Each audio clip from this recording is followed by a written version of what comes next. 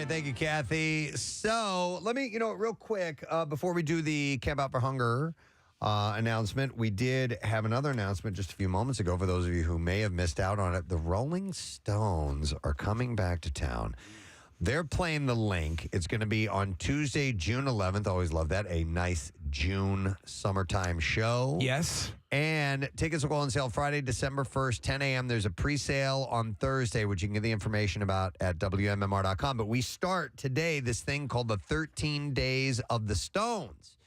And it's your chance to win tickets each and every day to this concert. You need to listen for the Stones song of the day and then be the 25th caller when we play it, and you win a pair of tickets to it. Now, we do have a cheat sheet that is available that will tell you the song and the hour to listen for it at WMMR.com. So it's going to be up to you to do just a tiny bit of work. You're being spoon-fed. Yes, exactly. And so today is the 21st. And you need to check the list. I will say it's going to be, I'll give you the hour. 5 o'clock hour today. Your first chance to win, all right? So make sure that you go and take a look and find out when these songs and what these songs are and when they're going to be played. You know, it occurs to me, obviously, the legendary Rolling Stones. You must see the Rolling Stones. But if they're on such a high. You have a legendary band like the Stones, but then to say they've just hit a massive stride with this new album that everyone loves. I think it's going to be a phenomenal concert. Yep, I agree. And then, I also wanted to announce that our YouTube stream is back up. Yay! Guess who fixed it? Rodney. Of course. Award-winning Rodney. Award-winning Rodney Bird came in and fixed it. So that is back on if you are a YouTube viewer, or maybe you've never checked that out before. You can go and take a peek at that right about now. All right, so we are ready to make an announcement. Actually, several announcements. For the all last week, obviously, we did our show live from the Wells Fargo Center complex right there next to Xfinity Live for our Camp Out for Hunger, our 26th year of doing this. Thanks to several people, including Acme Markets, we still have a growing total that will be more added to by the time we get to the end of the month, because you can continue to go to Acme and make donations. And we will have more of that information coming in. But we are going to reveal how things have totaled up so far. Nice. And we want to thank everybody who was a part of this, and especially since we know that grocery prices are at a very high, at a big mark right now. Yes, it's difficult to make ends meet. So we appreciate all participation on all sizes. Thank you so much. So the Preston Steve Camp Out for Hunger this year brought in 1.7 million pounds of food, which will go to Phil Abundance. If you would like a different quantification of that, that's over 878 tons of food. It includes 10 tractor trailers filled on site with food from donors, and also the 177,731 pounds from the Fill-A-Trunk event that took place. Oh, my God, how amazing was that? And that was way, way up. So that was wonderful and inspiring. So congratulations, 1.7 million pounds of food. That's over 878 tons. Amazing. Now, we also collected money while we were there. And there are still donations coming in that need to be totaled and added to this. But we would like to announce the fact that the Camp Out for Hunger this year managed to raise $948,732. In a year like this, that kind of money, that kind of food, with everything the way it is, that's pretty freaking amazing. That includes over $500,000 donated by individuals at Acme Markets so far, because we will have more totals coming. You can still donate at your local Acme through tomorrow, and we will update the totals once we end this month. So it also includes hundreds of monetary donations made by individuals on site and the donation page at WMMR.com. I know for a fact, Preston, that you can add an additional $200 to that monetary, because when we were doing Quizzo night, I was selling stickers for free answers, and people Venmo'd me money, and I forgot that I had that in my Venmo. Oh, so all right. I submitted that last night. So add $200. $100 from Quizzo, which, by the way, was a huge hit. It was. It Yeah. was. I think That's coming back. Even though we haven't had an official meeting yet, I think we all realize that that's probably something we'll do again next year.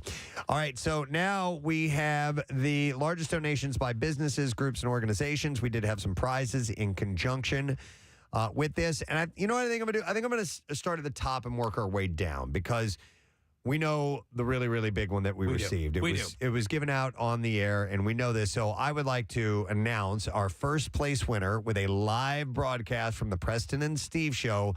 Once again this year, Subaru of America. With 672,704 pounds. The goats. Yeah, they are the goats, and we have no problem with them being a repeat offender when it comes to helping out, and not just with Camp Out for Hunger and Phil Abundance. There are so many different charitable organizations that they are involved with and that you can be directly involved with when you purchase a Subaru. The whole Share the Wish program is amazing. Yeah, Share the Love. Share the Love, yeah. Yeah, they're amazing. So we thank them once again, and that means, guess what? We're heading back to Subaru for a live broadcast, which is fine because they have great food there too that we get to have for breakfast that particular day. You would think that we were rigging it, but no, they are that generous. All right, now, second place, and this is awesome as well because the one and only Pierre Robert will be doing a live broadcast from this place of business, and our winner, who came in with 293,013 pounds, Comcast. Yep, Comcast is the winner. Pierre was there not that long ago for last year's second place win. Said it was awesome. Yeah. I'm going to crash I'm going to head down. I would like to as well. So we congratulate them on their huge donation of 293,013 pounds. Second place live broadcast from Pierre Robert.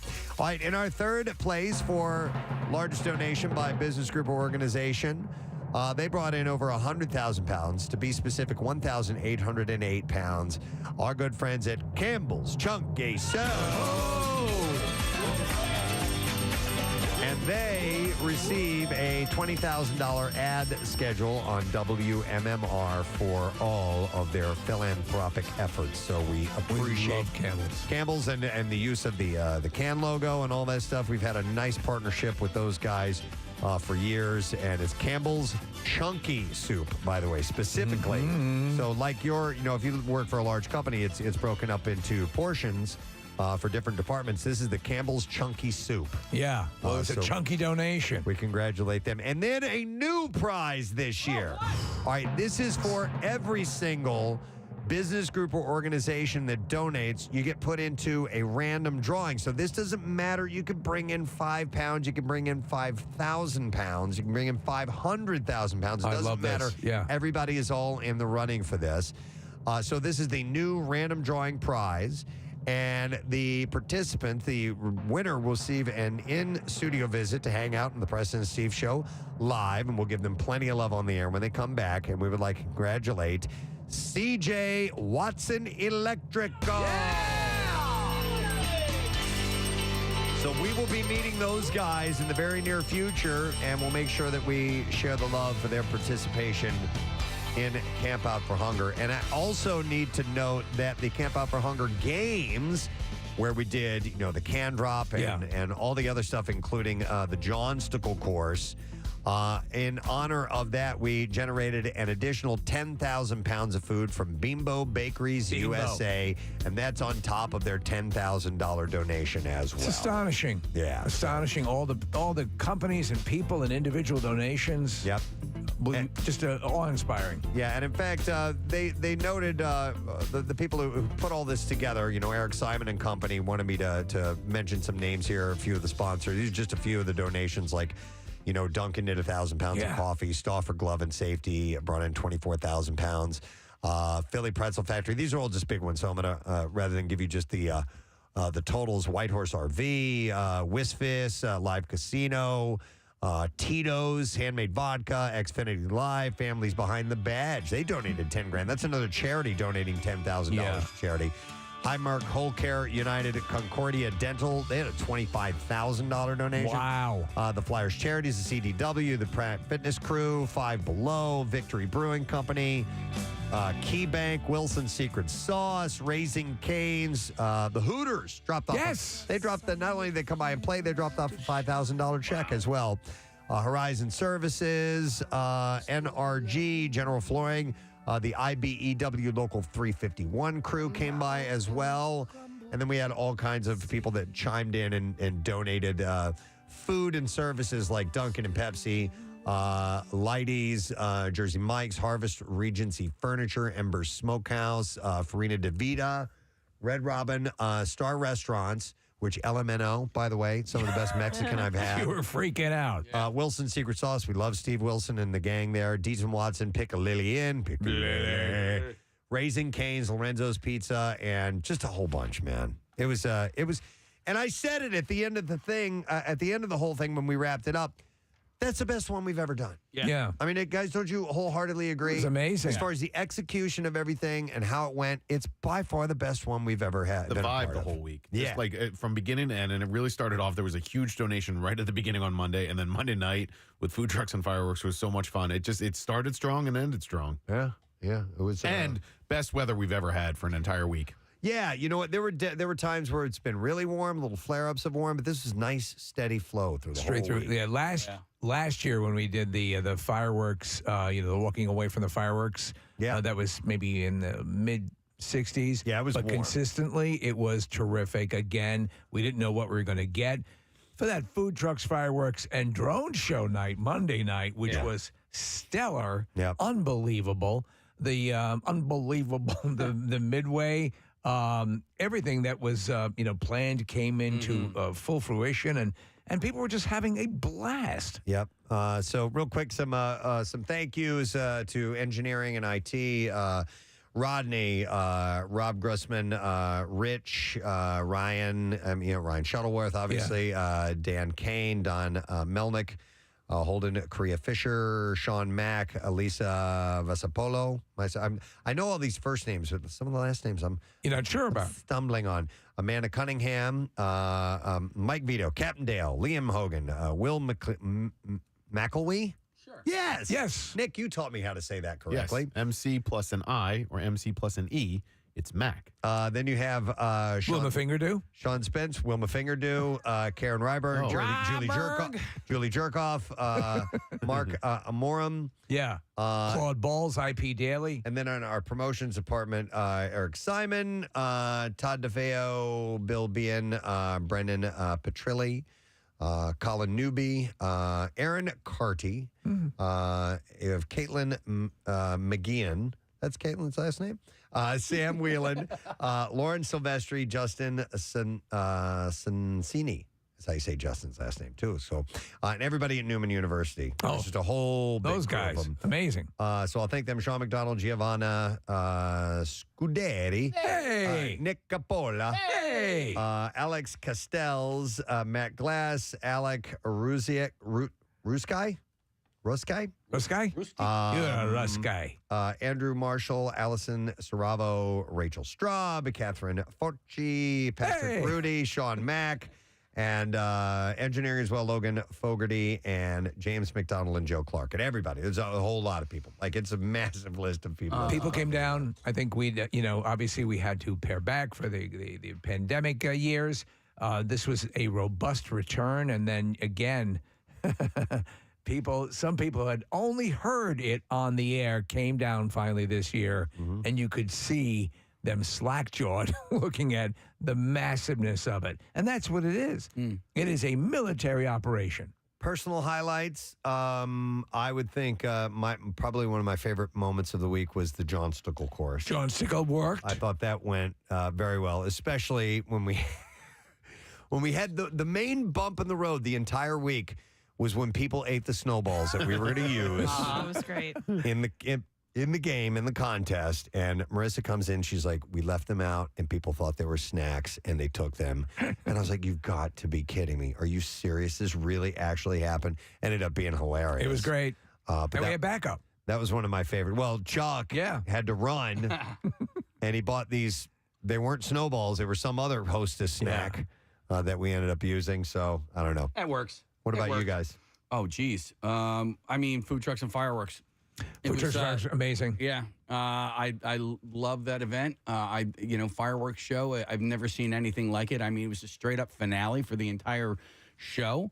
So that and just seeing everybody, and I was talking to some OGs, some people who've been coming to camp out for ever and ever and ever, and they're a little sad on a selfish level that it's gotten so big. Yeah. That it's tougher to hang out with us for hours or on a Wednesday or Thursday night. But I think that's a great problem to have, and I'm really really grateful for it. And you know what? Another highlight that I love is seeing all these people that have grown up, right in front of my eyes. It's crazy. Yeah. Like who are kids or now they're adults with their own kids. When you are talking about doing this for 26 years,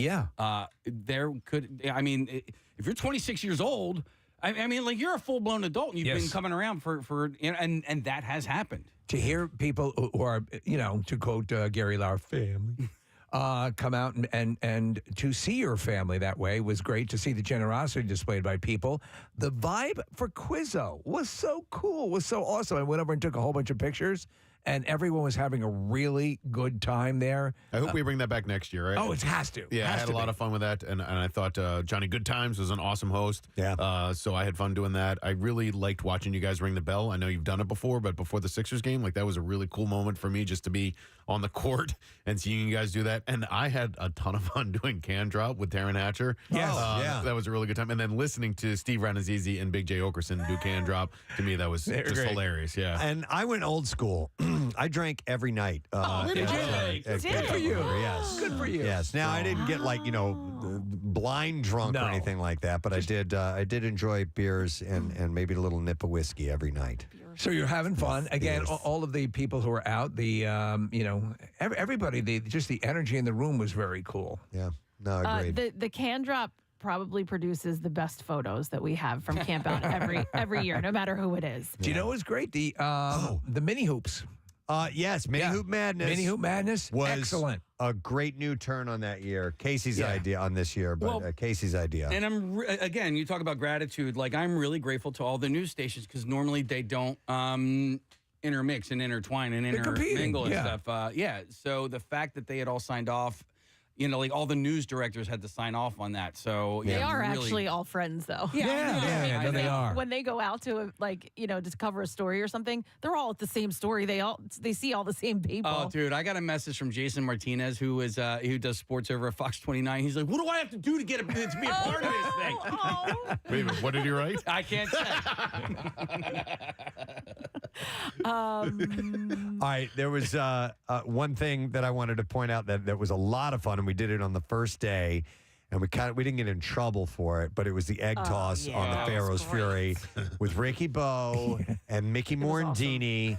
Ricky and Mickey get icky Dicky. and sticky with Nikki and Dickie. And Dickie. Casey was Dickie.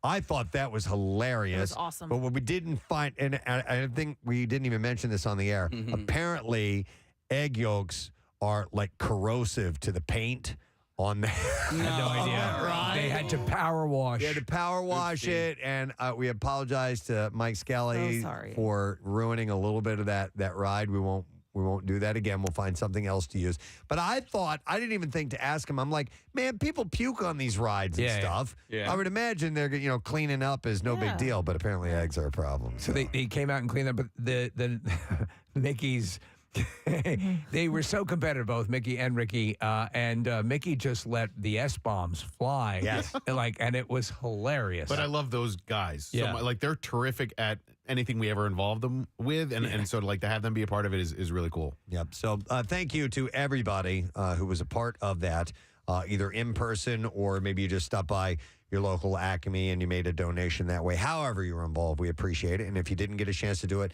this year, and maybe if money's tight, totally get it. No big deal. We just ask for those who are able to help out. We'll do it again next year. That's all it's ever been about. And also for people, obviously we're dealing with a couple of sporting events and so on and so forth. Parking is made available to us. So if you're coming down and you fear there's going to be any sort of issue at these events, because you hear that the Sixers are playing or whatever, the Flyers. Know that there is a lot, and it's just right across the street. It's right there, so you're able to access us, and you do get your parking for free on if you're coming down to us. Right. And Press, you had mentioned that this numbers are still growing, and I want to implore anybody that wasn't able to make it down or make a donation, and if you do have the funds and the means to do so, Acme, if you want to get us over that $1 million mark, yes, Acme is still taking donations at the register through tomorrow. Yeah, please help if you can. All right, congratulations to everybody. Thank you all so much. It was awesome, and we'll do it again, as we said. We're going to take a break. When we come back, Mr. Tim Meadows is scheduled to join us, so stay with us. Preston.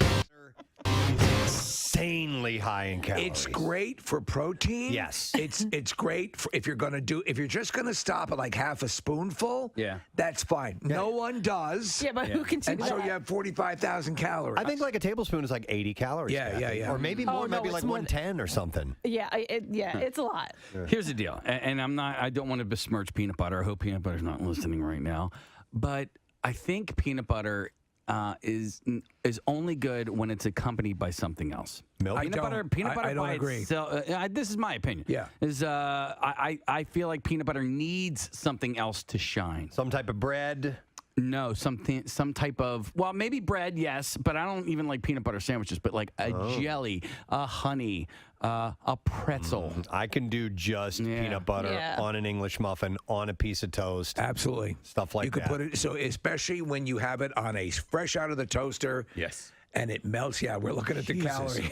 That's 2 tablespoons. That's 2. Two So tablespoons, 188 about calories. 90. Yeah. Okay. Yeah. All right. So we have a clear spoon. Casey, give me some music because we're just going to be sitting here smacking our lips. Peanut butter jelly time. People are going to hate that. All right. So try the white spoon. And see, Which one first? Clear. Clear? The clear. Yeah. All right. Do you have your scoring sheet? I in do. front of you? Yes, I do. All right. Now, if you're one of those people that hates the sound of smacking lips, You're going to hate this. You're going to absolutely detest this. If you believe in peanut butter, clap your hands. Is it? Can we comment, or is this a contest? I think or I know what that is. No, it's a contest. Don't comment. No comment. Okay. Okay. I think I know what that I was. think I know what that one is too. All right. When you're done, Wait. we don't have any palate cleansers either. So I do. I got water. You got water.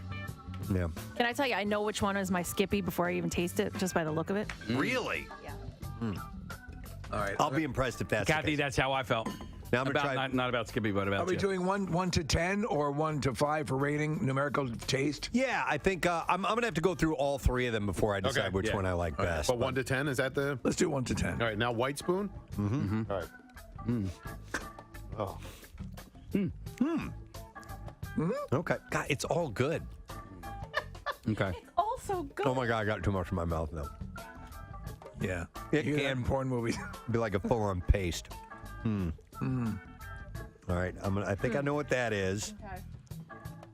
Okay. I may change my answer, but I. You can.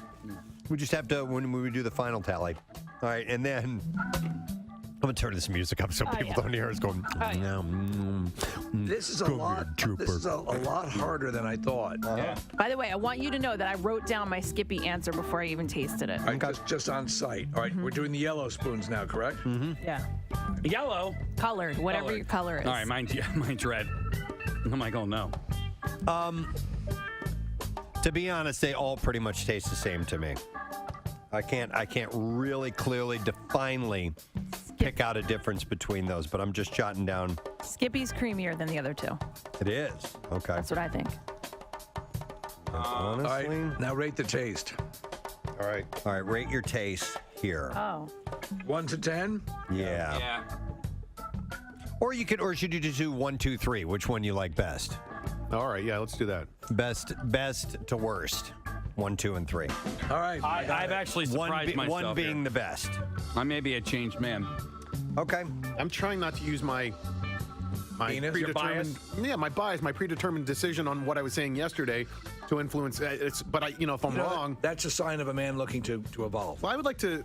Life's about change, Steve. Okay. So, All right, real quick, do we want to say what we thought was Yeah. the best tasting one first? No. Here's why I think the way we should roll this out. Now, Marissa's the only one who knows the answers. Right. I think we all say what we think number one is. Okay. And then she'll reveal what it is. And then we all say what we think number two is, and so on. Okay. And see if we get it right.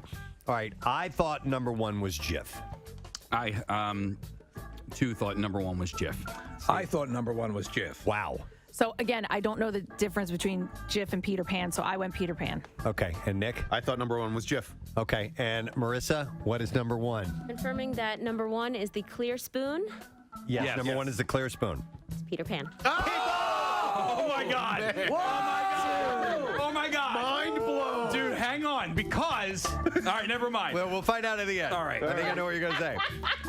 Oh my God! All right. My world is upside So I was down. the only one that got it right, by the way. You were? Yes. Okay. Oh, you said you're right. Yeah. Kathy gets it. All right. So for the white spoon, the second one, I thought that was Skippy. I thought that was Peter Pan. Okay. I thought it was Skippy. Yep. Jif. All right. Skippy. And what is number two? Kathy wins again. It's I identified Skippy before I even tasted it. I knew it by the look. Unreal. Wow. Okay. So that was Jif. That was Jif, and then the and number colored- three I had is Peter Pan. And number three, I I had had Peter- Skippy. Yeah, Steve- Sorry. I had his Steve, you and I Peter had Pan. all three the same. Same thing. Yeah. So did I had the same as you, Preston, and I am just my world's upside down. I was wrong with what I said yesterday. Well, wait till you get to the taste. Yeah. Well, hang on a second. Wait till you get to the taste because then it's inverted my perception. All right, so hang on a second. So the colored spoon was Skippy? yes. Yep. Yeah, Okay. that All was right. Skippy. So here's I got them all wrong. Oh, I felt too. I got the last one right. I got Skippy right, and I'm so glad that we did this blind taste test because I'll reveal something a little bit later. All right. So I ranked as the best tasting one as number one, and it turns out that that is Peter Pan. Right, which is what you said yesterday. Which is what I said. Yeah. Okay. Preston, I rated as the best tasting the third, the colored spoon. So Skippy. which is what you and I said, Steve. Yes, yeah. And I did the same thing. Yes. Okay. Okay. Thinking that the white spoon was Peter Pan, I ranked that the best.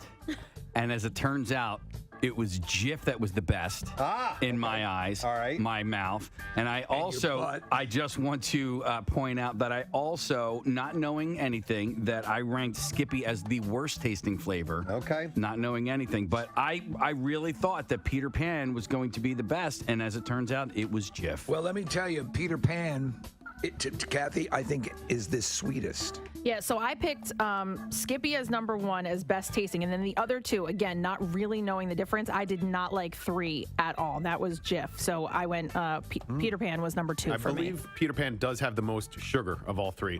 Really? No, Kath, you said number three was Jif. Number three was No. I rated Jif number three in taste. Okay.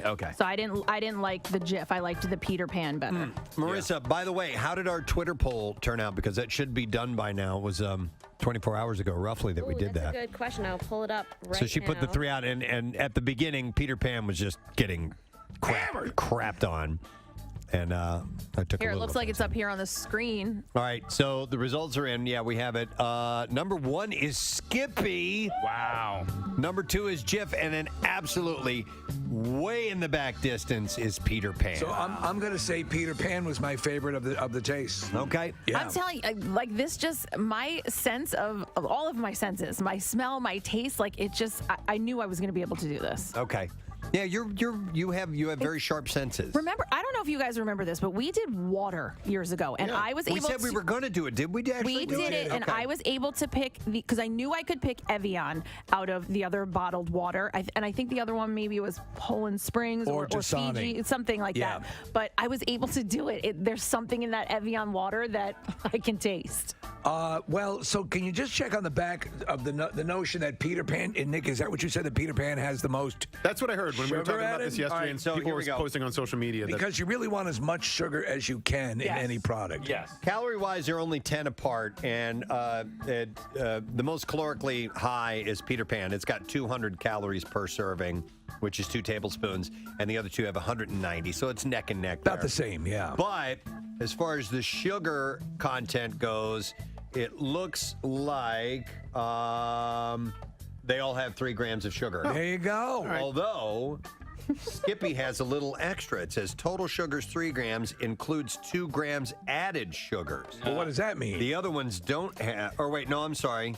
Oh yeah. They have it as well. I just didn't see. They that all part. have added So sugar. it only Yeah, has so they all have the same sugar. 3 grams of sugar, but with an additional 2 grams, which So- I would figure that to me is 5 grams. No, it says includes. So So it's 3 not. grams It's of not like sugar that- includes 2 grams of It's sugar. not like a natural sugar. They've Yeah. added it to the added product. 1 gram of natural sugar, 2 grams of added sugar. So just so you guys know, Gotcha. I have, for the past year and a half, have been really paying attention to added sugars and trying not to have added sugars in my No, we diet. know that. Yeah. So, which you take your preference taste here was which one, Case? Skippy. Skip. No. It was Yeah, Jif. it was. No, it was Jif. Oh. I thought it was going to be. I thought it was Peter You Pan. wanted it to be. Oh, okay. I If gotcha. you believe in peanut butter, Yeah. clap your hands. Right. And Casey likes to add honey to. He turned me on to the honey peanut butter sandwich, which was good. Honey's It high in wasn't- calories too. Oh yeah. Yeah. But it was. I liked it. I'm not as gaga about it as you are. Are you doing it with chunky peanut butter or creamy? Creamy. Okay, you got to We try went- it with chunky. We went creamy because creamy is my preference actually. It's the classic. Yeah. Yeah. You know. Yeah. So. That seems like so much. What do you need more? Yeah. What kind of animal? are you? But you do put jelly on peanut butter, and that's a Yeah, that's that's a a good standard. point. So That's and a- it's that's got to a good be. point, yeah. Do you go with just as chunky jelly or sugary. That, that's that why- would be marmalade. marmalade? Yeah. But that's I do why- like marmalade. I do though. like marmalade. All of that stuff that you. This is a nice healthy breakfast, and it's only 41,000 calories. Well, so listen, it's maybe not the healthiest, but if I'm using like a good like Ezekiel bread or like Or Jebediah. or a Jebediah bread, no, but Ezekiel bread's really good. It's like natural ingredients, and if I'm using an organic chunky peanut butter and honey, I'm like that's calories or sugars or whatever aside, like that actually is all like kind of natural-ish. So I feel, Natural-ish. Well, I feel No, you're right. and I feel better about that. No, you know? there is a mindset, and and it is a legitimate nutritionist sort of take on things. If you're going to go with the natural sugar, go with the things, substitutes and chemicals as you start to add in that stuff. Yeah. That's where you're going to come up against problems. Eat as much. Take in as many calories as you can in every day, and make sure whatever you're eating is absolutely jammed with sugar. And sprinkle I think that's the aspartame best all way. over it as well. Aspartame, Yeah, yeah. absolutely. Somebody just reminded me of something. You remember that time my mom made me make her a peanut butter and mayonnaise sandwich? Yeah. And then You we found actually- out somebody had texted in just now and said that they did peanut butter and mayonnaise sandwiches, and I was like, I could barely make it for her. It was This is a woman I've known my entire life, and I never knew she liked peanut butter and mayonnaise sandwiches. And apparently, it's fairly common in the South. And You that's were very funny. honest. You said you close fist punched her. I was close to it. I mean, like, how dare you? Ooh, it's gross. To me, that has no word. There is no place for that in my life. But No. some people see it as adding even more of a creamy texture to it, and that's what No. does it. But no, No. I can't see that. No. So we had the what started this off yesterday was the Peter Pan theme or the jingle. Right. And how did that go? If you believe in peanut butter, clap your hands. I don't remember that, but I do remember Choosy Mothers Choose Jif. What about Skippy? What was there? Frigid mothers choose. Frigid Mothers what is Choose it? Skippy. I don't But we know. do know Annette Funicello was yes. a longtime spokesperson. In fact, Steve, when they did Back to the beach. Back to the Beach, she had like Jars of it. peanut butter that was the size of like a keg of beer. And the kids going, I hate this peanut butter. So one of the Skippy slogans is "Spread on the smiles." And I don't remember Skippy Yippy. Skippy Yippy. 2 in the pink, 1 in the peanut. Oh, okay. One of the No. peanut. Okay, I wasn't aware of that. You know those things that caught on because honestly, one of the first jingles you'll probably, as a kid, a peanut butter and jelly sandwich is sort of a de facto Absolutely. sandwich. So yeah, do you remember having I don't remember if I was actually that much of a snob when it came to peanut butter when I was a kid. I just got what I got. I think it was probably We just always had Peter Pan. Yeah. So that was my peanut butter, and I didn't really turn my nose up to other peanut butters, if I recall. I used to do at Whole Foods. I used to do the Kathy, our next guest, no stranger to our program, and of course Philadelphia. However, I must say, I think we were the ones that brought him up to the fact that the Goldbergs took place in the general Philadelphia region. Right. He didn't quite. It was just an oversight. We were happy to share that information with him. We're happy he's going to be at Helium Comedy Club this weekend. Mr. Tim Medno joins us via Zoom. Hi, Tim. Oh, he froze up. And he's in a car. And he's in a car. It froze up at that very moment, Casey. Hello, how are you? There we go. Hi, Tim. Nice to see you, sir. Thanks for joining us. Hi. Good. Yeah, thanks for having me. And it's funny that you bring up the that Goldberg's fact. I think I was pretty embarrassed as I remember it. No, you were fine. Because I usually do a lot of research on my characters, but the one thing I didn't do was think about where the actual show takes place. So we found it my fault. We found it endearing, actually. Yeah, and if your character never mentions it, or if it's not intrinsic to the character, then it doesn't really matter, I guess. Well, I mean, it matters what universe the characters exist in. And if it's in Philly, then that's where it is. I'll tell you this, it didn't impact your performance whatsoever. In fact, there was a weird thing. Obviously, we know Adam and the creator, and his mom and the people who were behind the show. But at the end there, you were there past Jeff Garland exiting the show, and they had this weird sort of dynamic where you moved in next door, and they were doing all these sort of Tetris things to kind of keep the show going. That had to be a weird experience? You've been in the business for a long time, but when something like that happens, it's got to be weird, right? That happened? Really? My character moved in next door to Goldberg's? Yeah. That seems like it would be some kind of acid trip of some writer imagination. Because that didn't happen in real life. Lescott never lived next door to the Goldbergs. He seemed to be at the front door all the time and dropping by. And, yeah. And he was always around except for the wedding on the show. He wasn't there for the wedding for some reason. Yeah. And I hold a little grudge about that. Like, I was on the show longer than some of the other characters, and my character wasn't invited to the wedding. And he lived next door. What I thought was wild too is the way they were sort of using old footage to edit Dad in. It looked like this Zapruder film. Yeah, it was weird. Yeah, I think they had a bunch of outtakes of him sitting in a chair yelling, "Right! Yes! That is correct!" And then they would just edit it into any film, any of the shows. It's awesome is to see you popping up now. Mean Girls coming out again. The big. There's been so much Mean Girls stuff going on with the commercial campaign where they brought the originals back, but now you have the musical. You're reprising your role, Principal Duval and Tina Fey, and the trailer for the movie just exploded. It almost has to be an unbelievable bit of deja vu for you. Yeah, it is. It feels even bigger this time, only because we have social media and all that stuff, So, like, I have nothing to do with any of the marketing or any of that stuff. So when they released the trailer, and then there was like a backlash because younger people felt that it was demeaning to them because it said it's not your mother's Mean Girl or something like that. Right. And I was just like, wow, like it just came out. Like, just give it a chance before you start hating it. Like, it was within the same day and stuff. But like, it's weird because now, like, I hear about it. Whereas before, when the movie was coming out, nobody talked to me about the movie. It was the girls' movie, and it was like, But yeah, now it's just like everything is so in your face. It's so weird. But Mean Girls is old man Tim Meadows.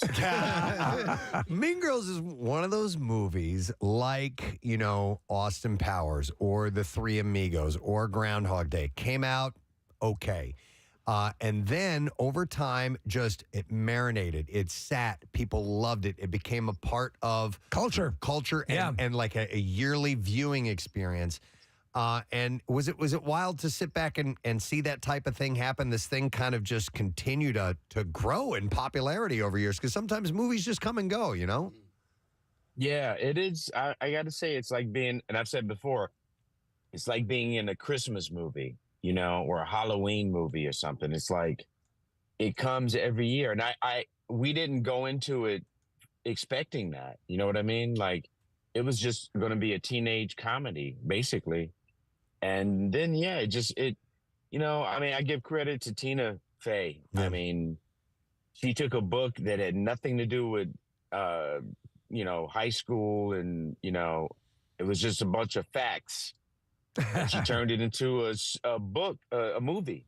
She wrote a script from it, and it just really hit the heart of a lot of women, girls, men. Like it. It's a funny movie. If you like comedies, it's still a funny movie. But yeah, I never thought I would be in a movie or project where it was like so supported by women, and it just had a big impact on women. Well, it's sharply written, obviously. And what's funny is, though, Tim, is that you have those seminal movies that, Fast Times at Ridgemont High, Clueless, that sort of speak to a generation. But to think of this movie when it was released, and to think of, you talked about social media and all that, because it's clear in this version, they're accommodating all of that. And what was thought to be the original vitriol of the Byrne book is now, a nuclear bomb of vitriol because of social media. And it looks like the movie has a really funny take on it. But you're right. It was very prescient in its take of the landscape at that time. I'm sure not having any idea what we would be in right now. Yeah. And I have to say, again, Tina and Jeff, like they adapted. Like I'm a decent writer, but like I felt like when I was reading the script and comparing it to what they did before, and I also saw the musical, that they updated it. And even now, like there are references in the movie, and the way things are disseminated between people and how it affects people. And slang, and the effect of social media, like a lot of that stuff is in there. It's like it's written. He really did a great job of like updating it and making it for younger people again. Like and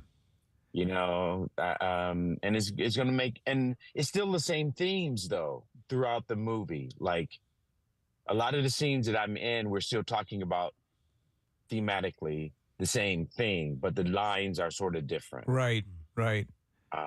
So yeah, it's a trip. It's like doing the last season of the Goldbergs.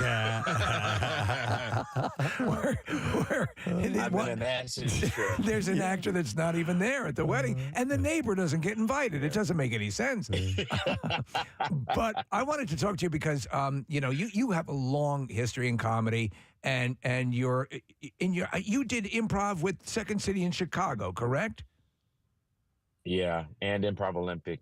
Right. In Chicago. And I didn't realize that in the early days of the Matt Foley bit, which is Bob Odenkirk had written that, that you were basically in that with Farley all the time, correct? Like the kid who gets lifted up and all that. You did that night after night. It had to be wild. You had one of the great writers, one of the great comedians to be a part. What was that experience like to see him find that character that way? Well, it was a blast, man. And Odenkirk said it, and it's true, which is like we got to sit, 2 feet from every night from the greatest comedy performance in the country, right. Which was watching Chris Farley do Matt Foley. And the beautiful thing about it is that it started off as one thing. Like if you read the original script, and I know it's out there somewhere, because Odenkirk wrote it on a typewriter and handed it to us with like mimeographed copies. That's how long ago it was. Wow. And he wrote it from his head to his fingers. He knew exactly what the scene was going to be. But if you read the scene, it developed into something completely different, because the one that we did on SNL was like a heightened, more energetic version of the one that you see written for Second City. But watching him do it every night in Second City, I got to watch him just go nuts every night. And like in the original script, he doesn't pick my character, the weed smoking writer, up. He just gets in his face and goes, I'm going to move in with you. You know, I'm going to live here. We're going to be buddies. We're going to be pals. We're going to wrestle. And then he goes, I'm going to go out to my van and get my stuff because I'm moving in with you, buddy. And then he would leave, and then we all run and lock the door. Right. And that was the end of the scene. But then by the time we did that scene for 6 months, when he would go, I'm going to move in with you, instead of just getting in my face, he would hug me and pick me up, or he would like sit on me on the chair and just like bear hug me, or just like get right in my face. Or he would like whip his glasses off from shaking his head too hard. And they would go into the audience. And then he would like go into the audience and get the glasses. Like he just elevated and was just literally his only goal was trying to make me, Holly Mortel, Jill Talley, and Bob Odenkirk laugh on stage. He was just trying to make us laugh. Love it. He would hike up his belt like 100 times, pull up his pants, and then like back up, you know, like Curly from Three Stooges, and then walk towards us like he's really angry and stuff. And I look forward to it every night. There was never a night where I was thinking like, oh God, we got to rush through this, you know. It was hysterical, man. The guy was amazing. Awesome. And I say this all the time, and when people ask me about him in interviews, I miss him. I think about him every day. I miss him, and I think about him every day. Sad. Tim, your body of work is so extensive, and you know, occasionally there's clips of you that show up on my phone because I'm scrolling through Instagram, and the one that comes to mind is you on The Office doing the baby back ribs with Michael Scott, with Steve Carell, and then like I'm sitting there watching Mandalorian, and all of a sudden there's Tim Meadows in an episode of The Mandalorian, and just one. Like I don't know, like when you do one-offs, are they fun for you? Is it like sometimes you do these characters and you want to bring them back again? What is it like for you when you're just doing a one-off in an episode of something that's kind of iconic, like the Star Wars universe or The Office? Well, Star Wars or Mandalorian, that was a lot of pressure, you know, because it's like, whoa, this is not, you know, an episode of Reba or something. You know, this Not is an episode of Reba. Yeah, this is, and I've done an episode of Reba. Okay. So you know. Didn't know that. All right. I know, yeah, and it's not like Mandalorian. The sets are. I'm sitting in front, like I just pulled over. The audience may not notice what I was driving, but I'm sitting in front of a normal size Wendy's restaurant. There was a screen that covered the set, that showed a digital background of a city that was 3 times as big as this Wendy's that I'm sitting in. Wow. In front of. It was all digital, you know, and I'm sure it's sort of like the technology of that sphere in Right. Vegas, yeah. They call it the volume, right? It's it's revolutionized how they can really do backdrops and put you in different universes in real time, so you, the actors, can see it happening. Yes, exactly. And so like you're there, and so like that was just outside of my window of an office that I was working in, you know. Jeez. And so when I get there and see that, I'm thinking, I better know my friggin' lines. Not like on Reba. You know, it's not like Reba. It's not, you know, Match Game, you know, 3. It's not like, you know, it's real show business, and like millions of dollars are right there on the set. Yeah. And I only got 1 day, or I got 2 or 3 days. Like that was literally that one scene. We shot for 2 days, and I only did 1 scene. Wow. It's amazing. It's amazing. Yeah, man. And I was just like, when we were shooting it, I was like, yeah, you want to do it again? Like, I did all my lines, right? Yeah. You want to do it again from their perspective? Fuck, man, let me go home. You know, put a robot in here. You know, you got robots all over the place. Use a damn robot. Yeah. You are. I would posit the notion that you are just intrinsically funny whenever you wrap your head around a line, or you're even in a supporting role. You're just a killer. The eyes always gravitate towards you. In the Dewey Cox Walk Hard movie, you're sensational. And then another one that is, I think, Preston talked about that latency about people appreciating. Pop star, Never Stop, Never Stopping. You play Harry Duggins. And I love the whole conceit of your character, who you were the fourth Tony that we don't know about in Tony. Oh, my God. You were Tony. And you're hilarious in that movie. And it's starting to go through that reappreciation thing. It had all the signs of breaking big when it first came out, and it didn't. But now it's hitting its groove. Are you sensing that? Because I see clips from it, again, the barometer we all use now, popping up in 15, 20-second clips on social media. Right. Yeah. It's weird, man. It's another one, too. Yeah. And it's like Walk Hard. Walk Hard did horrible business. And it's one of the things that people quote at me all the time, and people love that movie. Popstar was like, I got to say, was the most fun, and they were just open to hearing ideas, like while we were shooting it, and because I was the old SNL vet to those guys, and so they respected me and they liked me and they were fans of my work, the Lonely Island guys, Andy Samberg and Akiva and Yorma. And so if I said, hey, can I do this or whatever, they would go, yeah.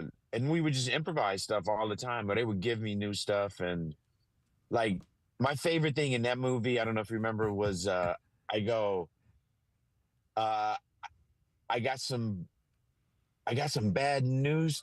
I got some news to tell you, but you are gonna like it. And he goes, "Are you saying aren't or are?" Are. It's great. It's hilarious. I think it just cracks me. It cracks me up. But the thing was, I could not get through that line. It's like in the outtakes of that movie too. But like, and that was something that Andy gave me that right before we started to shoot it. Like I was just supposed to say, I got some bad news for you. You're not gonna like it.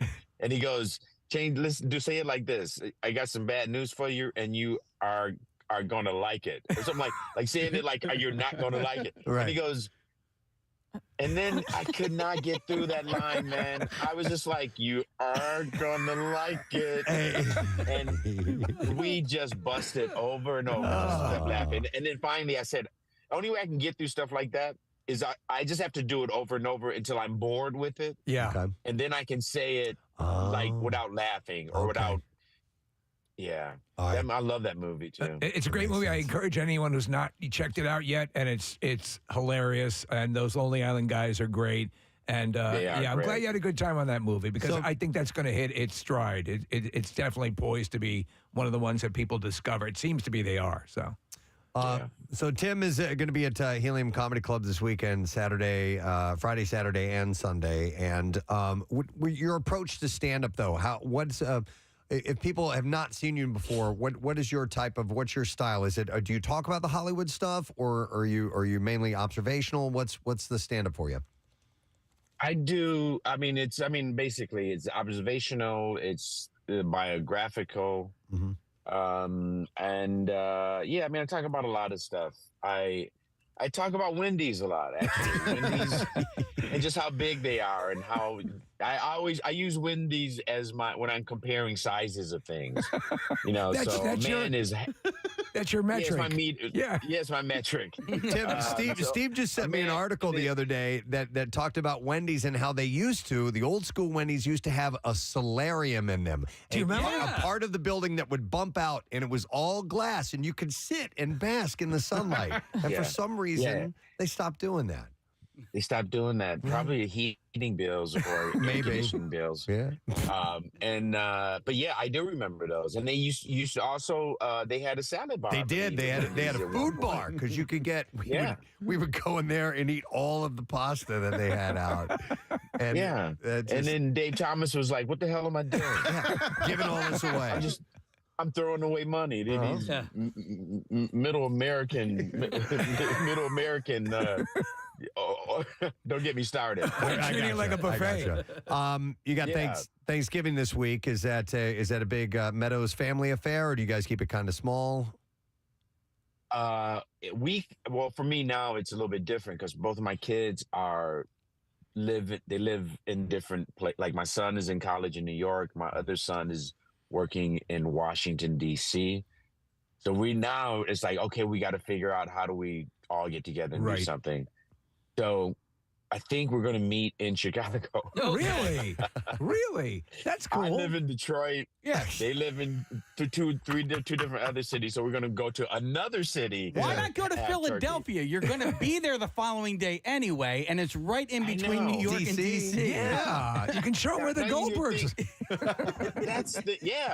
Now you're thinking like, why don't you should be my wife? Right. Marry me. I think Tim just proposed to you. Yeah. Casey. I am spoken for. So okay, great. But no, you're right. We should just meet in Philly. That's such a genius idea. And then they can They got see you Whole perform. Foods in Philly, right? Oh my God! This is a foodie town. You'll get the meal of your life, and you're beloved in this town because of your close association with that but final year of the Goldbergs. Going out to dinner on Thanksgiving, though, I waited at tables, and I remember the one year I had to work on Thanksgiving. It was an Italian restaurant. They had turkey there, but my buddy showed up. He was so pissed. He did not want to be out to dinner for Thanksgiving, and he what's the word? He protested. Okay. And he just got spaghetti. He's like, I'm not getting turkey. He's like, I'm not doing it. He's like, I'm just going to That'll show him. One man protest. Yeah. Could have gone to Wendy's. They used to have pasta at the salad bar. Yes. Yes, absolutely. Did you ever work at a restaurant, Tim? It seems that it's just stereotypical people in the entertainment industry will work at a restaurant one time or another. Yeah, I did it before I got into the entertainment industry. I worked at I guess I can say the name, a Ponderosa Steakhouse. Ponderosa. Oh, Yeah. Yeah. I worked at a Ponderosa. They have you on and the I grill? Started off busting tables. It was like a second job that I had because I also worked at a bank during the day as a bank teller. Yeah.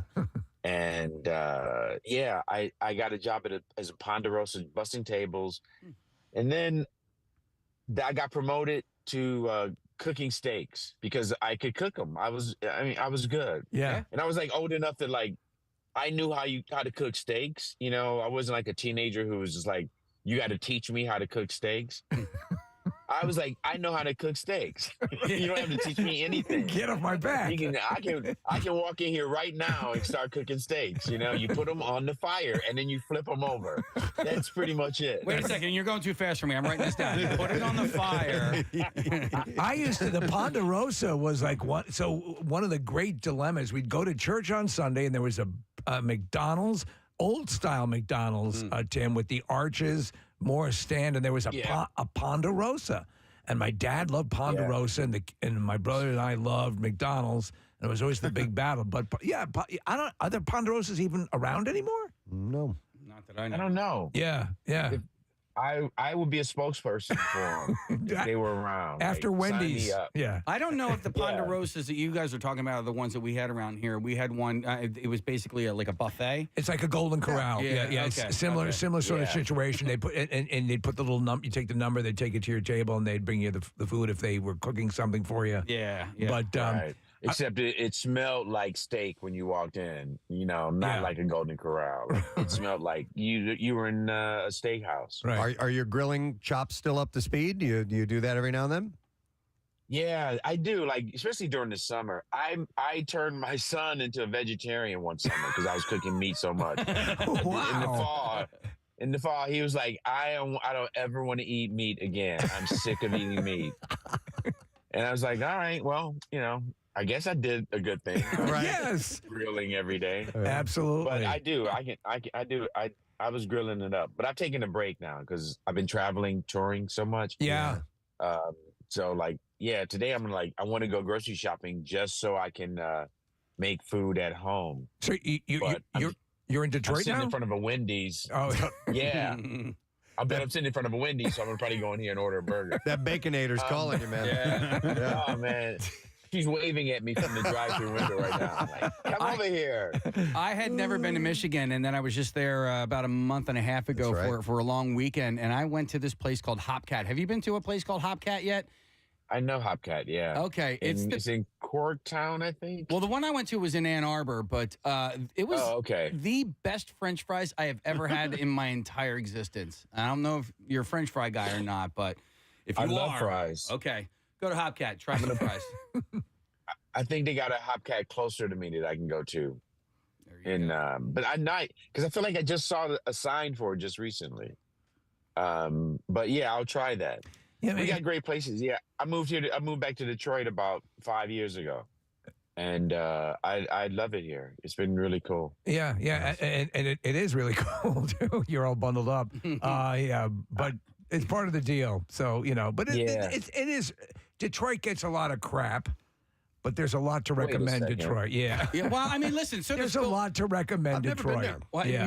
me neither until this past couple of month ago or whatever. I loved Michigan. I loved the entire Yeah. state, and because I drove all over that little mitten, and I really loved it. I thought that Michigan has a lot to offer, and for some reason, Yeah. whenever I thought of Detroit, I would think of like RoboCop. That's probably a bad There you go. image. Yeah. There you go. It's Yeah, probably yeah. a bad way to frame Detroit. Some people think of the Temptations and the Four Tops. Some think of RoboCop. It's a two schools of thought. Yeah. But it's not. It's not like RoboCop here, even though you would think it is. It's really I'm a booster. I moved back here. It's still a little edgy some places. A little edgy some places. That's an understatement, to be sure. It's a little edgy some places. That should be our motto. For It's a little edgy some places. Were you, Tim? Were you doing the conscious, just kind of because you can do it these days? Sort of, you don't have to be L.A. or you don't have to be New York. You can conduct a career and be out of the be in a place that you really want to be in. Was that the decision? Yeah. That was the main thing. The bigger thing that made me decide was both of my kids were adults, and I was like, okay, I don't have to live in Chicago. I can live anywhere I want to live. So I'm going to move to Detroit. Because it's a little edgy. I was like, it's just edgy. It's a little edgy in some places. But my sister, I have family here. Yeah. And so it's been great. Like I'm having lunch with my brother and sister today. Aw, yeah. And my sister's flying to England. So we're going to hang out and have a little brunch before she goes. And, these are the things that I wasn't able to do when I was at SNL or living in LA, and Those are the things that matter. Yeah, those are things that matter in life. And especially around Thanksgiving, you want to be with family, and having that ability to do that is wonderful. We're happy to know that you're going to be around family.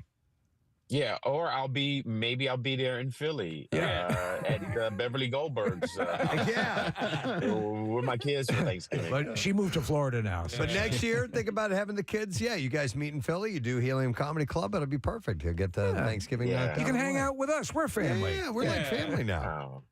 You're turkeys. Yeah, man. And on that note, I haven't heard that since Baba Black Sheep.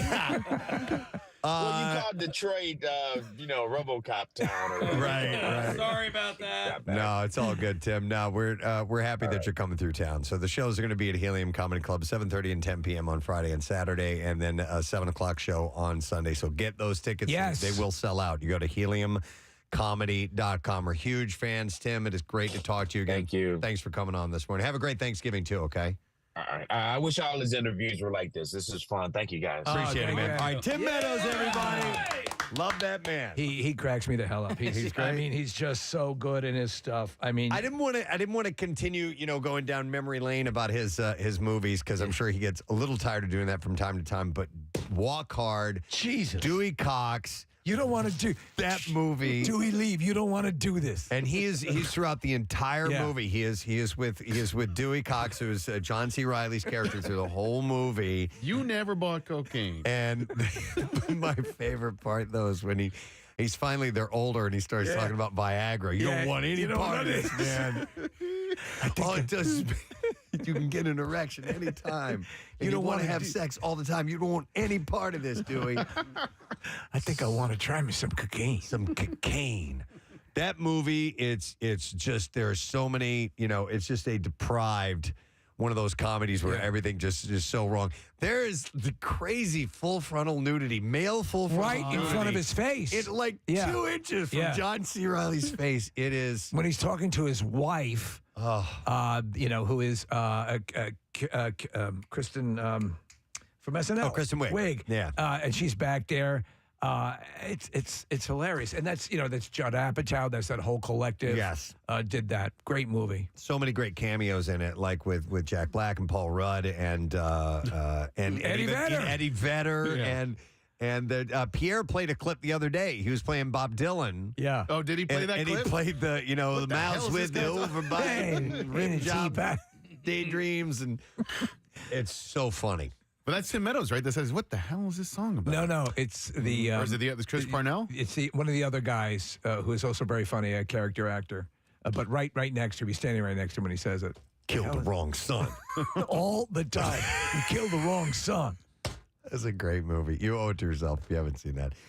All right, with all that, we should take a quick break and come back in a second. We'll get some bizarre file stories, so we will return with that. Hang out for a moment or two, gang.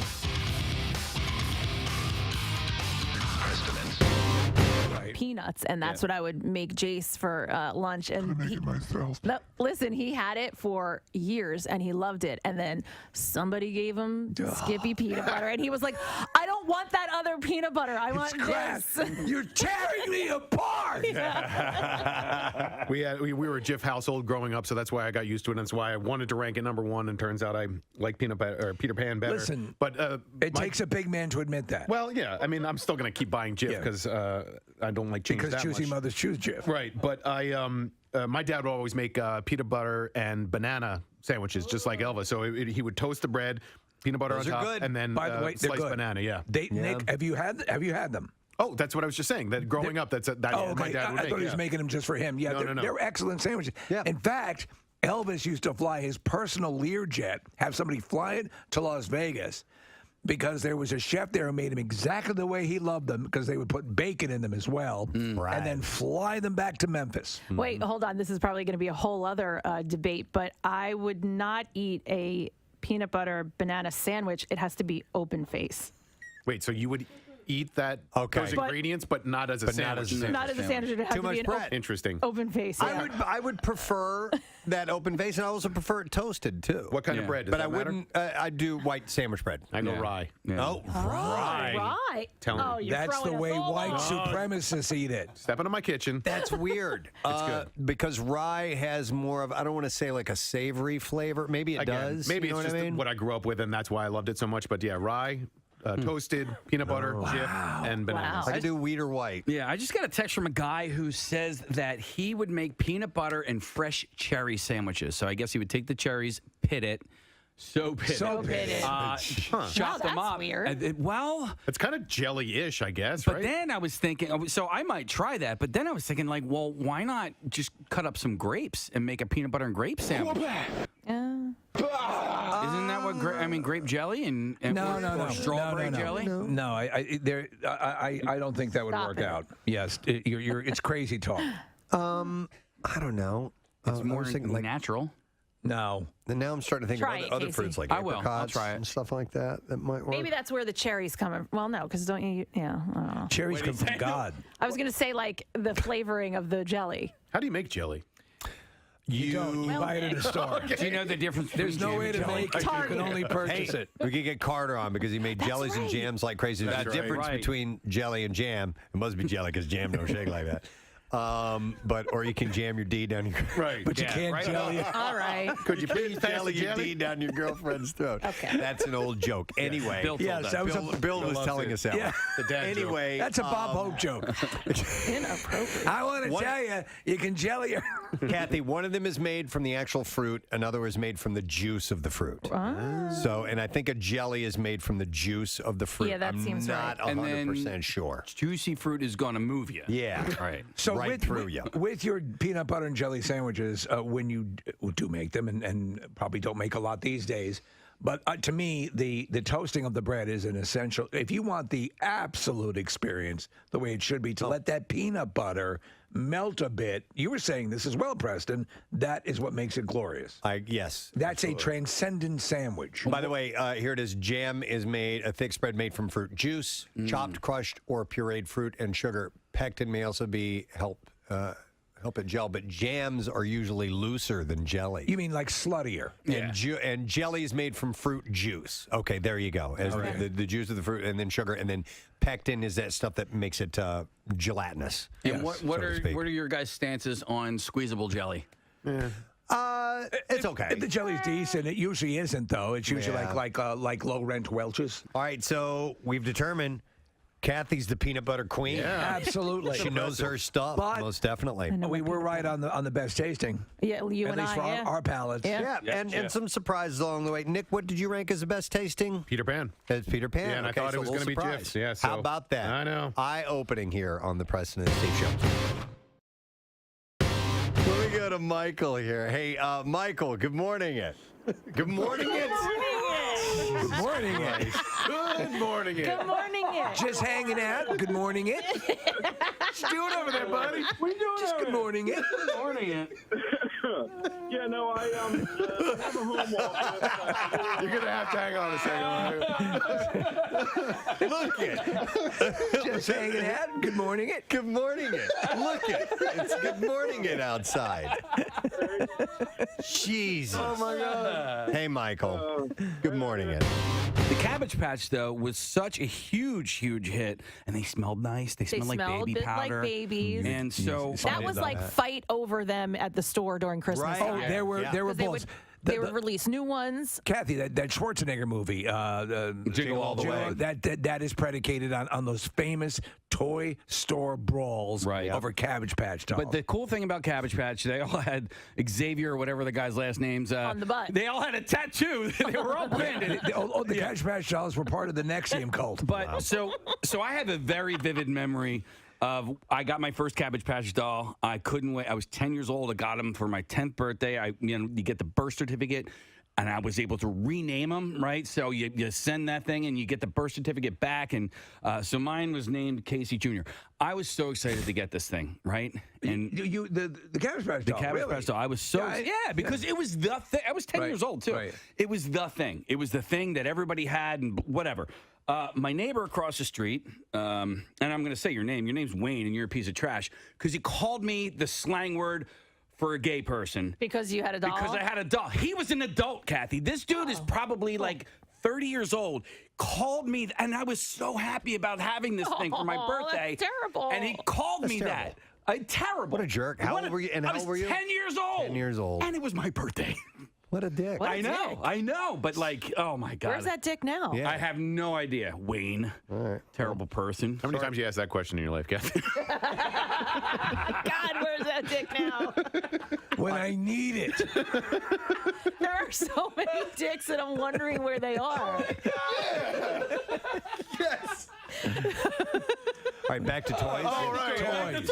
Okay, so Casey's in therapy now. American Girl dolls. I'm out of it now. I'm out of it.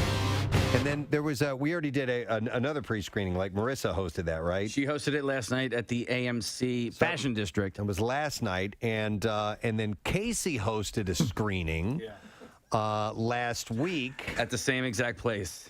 for the movie Free Guy. Yeah. So And while we were on vacation, we got a text from Casey out of nowhere Yeah. What did I explaining that things didn't go quite the way he wanted them to So go. if it's possible to suffer a concussion without actually hitting your head, that's what I think you experienced, Casey. Yeah. And so I don't want to. I'm hoping. I'll find the text here. Okay. I'll read it. I'm hoping that I didn't lead you guys down in the wrong direction of where you think this story is going to go. No, we don't know anything. We know that, but it was so heartfelt, the text you sent out, that we knew it had to, because there have been similar situations in all our lives, but this one seemed like, wow, this really had to be a little bit more. Yes. So I have the text here. Okay, It go says, ahead. "Oh my God, I'm at the screening for Free Guy." And by the way, I sent you this text. I'm still there. I have not hosted the screening yet. Okay, I'm still there. I have already embarrassed myself, and I needed to go somewhere and be by myself, decompress for a second, and then I had to admit to somebody what an ass I am, okay? And just to sort of make myself feel a little bit better. And guess what? It didn't help. I still felt terrible. And I said, so they asked me to hype up the crowd and then introduce one of the stars of the movie. So this guy named Joe Keery, who plays Steve from Stranger Things, is in the movie Free Guy. Yeah. He was there to introduce the film, and I was there essentially to introduce him. Right. So I had come back I was on vacation in Wildwood. I had come back just to do this. I thought it was a really cool experience. Real quick, had you met him like at this point, or is he still? Yeah. Okay. All right. Oh, By the way, he seems like he's awesome. I love that character, Steve from Stranger Things. He seems like I've seen him interviewed before. He seems like a cool guy. He was a great guy. Okay. And I will say that, like, categorically, he was a great guy, and the movie is hilarious. It's a great movie. And the movie had been on the shelf for a year. Yes. They wanted a theatrical release, and so they were like, we're just going to wait. Only theater. And only theater. So, and then I just had a classic embarrassing moment. Like, it's a classic shut the F up, Casey, and walk away kind of a moment. I'm pretty embarrassed, but it's also a really funny story. So, And you said you weren't sure if it was going to translate on the air. I'm not sure if it's going to translate on air. Okay. So, Well, let's hear it. Well, deliver it in the original Farsi. Right. all right, so here's the deal. This movie was at the Fashion District, the old Galleria, the AMC there. I had never been there. By the way, what they've done to the place, the whole Galleria, the Fashion District, is awesome. It's really, really nice. So I get there. Joe had gotten there earlier than planned. From the movie company. From the movie company. But I had also gotten there an hour early, so I decided to walk around a little bit. Right. Side story, but it also is part of the story. I went to a place called Wetzel's Pretzels. Have you guys ever heard of Wetzel's Pretzels? Yes. Yep. Okay. Yeah. Listen, I love Philadelphia Pretzel Factory, and I love Annie Ann's. Yeah. Wetzel's Pretzels is like the best pretzel I have ever had in my entire life. I couldn't, and I was so happy with myself for going, you know what? I've never had a Wetzel's pretzel. Let me stop by and try one, right? Hey, me. And this thing was amazing. And you were really proud of yourself. And for I was that. really proud of and I couldn't believe how it was big. Oh, is this hand shocked? Yes. It was amazing. And I'm sitting there, I'm eating this thing, and I'm going, I think I need to open a franchise. I'm like, this is like I have just discovered gold for the first time. That was like amazing. So I get done eating the pretzel, and Hannah from Allied Advertising she's my handler, and she says, "Hey, Joe's here. I can bring you back to meet him." And I'm like, okay. I decide to use Wetzel's Pretzels as an icebreaker. Okay. Well, you were completely enamored of Wetzel's Pretzels. It would be ridiculous not to. Okay. I've been sober almost 10 years. Yeah. Okay. I go into this place like I had just done 7 rails of coke. Okay. You're hyped up. I'm hyped up. Okay. And let me also preface this by saying I'm fairly aware of who I am as a person and what I am as a person. And sometimes I have, how do you say, no chill. You have moments. Yes. No, I have these moments. But listen. That's a valid criticism of yourself. Right. But as we've told you throughout the years, to put a tap on that would be throwing out the baby with the bathwater, because that same energy delivers so much greatness to what we do on the radio. On the radio. Okay. In person. Sometimes the radio. you With a have to stranger. know. Yes. Might be different. So Yes. Like someone who's celebrity. never met you, Right. who's in a new town promoting a movie. And there are 3 people in this room that have never met me. And so, as the great Ted Lasso once said, know thyself, rest in peace, Socrates. I did not realize as I was going off the rails what was going on here. So I'm brought into this room. I go off on Wetzel's Pretzels. As it turns out, all 3 people in the room have heard of Wetzel's Pretzels before. Oh, good. And yes. So it was relatable. It was relatable, and we had this in common. You picked the perfect icebreaker. All right, so I meet Joe. Joe's a great guy. And then I meet 2 of his handlers. One of them, the female, was from Disney, right? Yeah. So she was his handler from the movie company.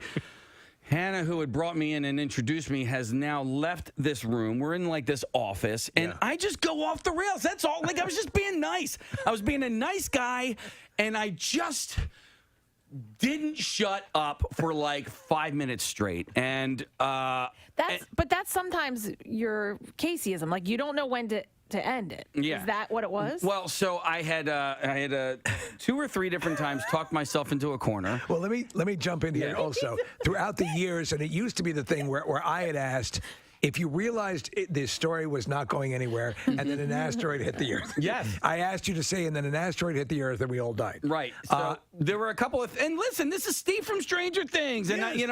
and prior to this, I thought maybe I was going to have to do a Q&A with him, so I Right. did a little bit of research about him, and Right. so I knew a little bit more about this gentleman. And as it turns out, I wasn't doing a Q&A; I was just introducing him, and that's fine.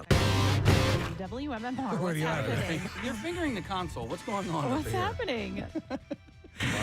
I was playing around over here, and I did a little rude gesture, and I glanced over, and Marissa was looking at me. What was it?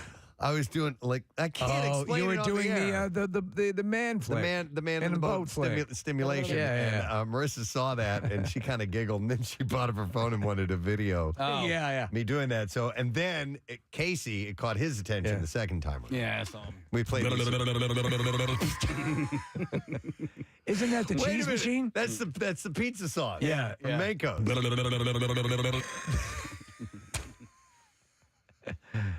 That's a great one. That's the sound it makes when they're putting the sauce on. yeah. Yeah. You got to go and check it out. You've never seen. I've never been. Yeah. I apologize. I've had a place down at the shore. Yeah. Nary a stone's throw from the Wildwood Boardwalk, and I have not been by there to see that yet. Yeah, so that would be at Max Pizza. That's your pizza, right, down there? That is, yeah. I mean, there's a contention, right? My wife is a Sam's Pizza Palace person. Okay. I'm a Max person because right. I started going to Mac and Manco at in Ocean City, and Max is the Mac of Mac and Manco, so it's the same pizza. All Right. It's damn good. Oh, my. All right. I wanted to mention this. A shout out. A friend of mine. His wife is celebrating her 40th birthday. So a shout out to Megan Stryker. who Megan turns Stryker. 40 years old today. Yes. I like that old bit in the airplane movie. Stryker, Stryker, Stryker. And he turns around and punches the woman in the face. Back when You can do that. Yeah, You yeah. can punch a woman in the face You can in still a do it movie. if it's a joke. Yes, if it's a Yeah. joke. All right, so anyhow, happy birthday to Megan and her 40th. All right, bizarre file. Here we go. WMMR presents Preston and Steve's Bizarre File. Brought to you this morning by Horizon Services. The holiday season means plenty of plumbing problems, and Horizon Services has you covered with 20% off all plumbing repairs. Plus, Horizon's pros offer peace of mind with same-day plumbing services. You can visit horizonservices.com for information. Heavy metal did not stop orcas from rocking the boat. In the wake of orcas seeming to attack boats around Portugal and Spain, sailors are turning to an unorthodox tactic in order to attempt to deter them. One piece of advice going around is to blast heavy metal music underwater to keep orcas away. Wow. So to throw them off sonically. But a marine mammal researcher warns this is a bad idea. And one crew seems to have learned this the hard way.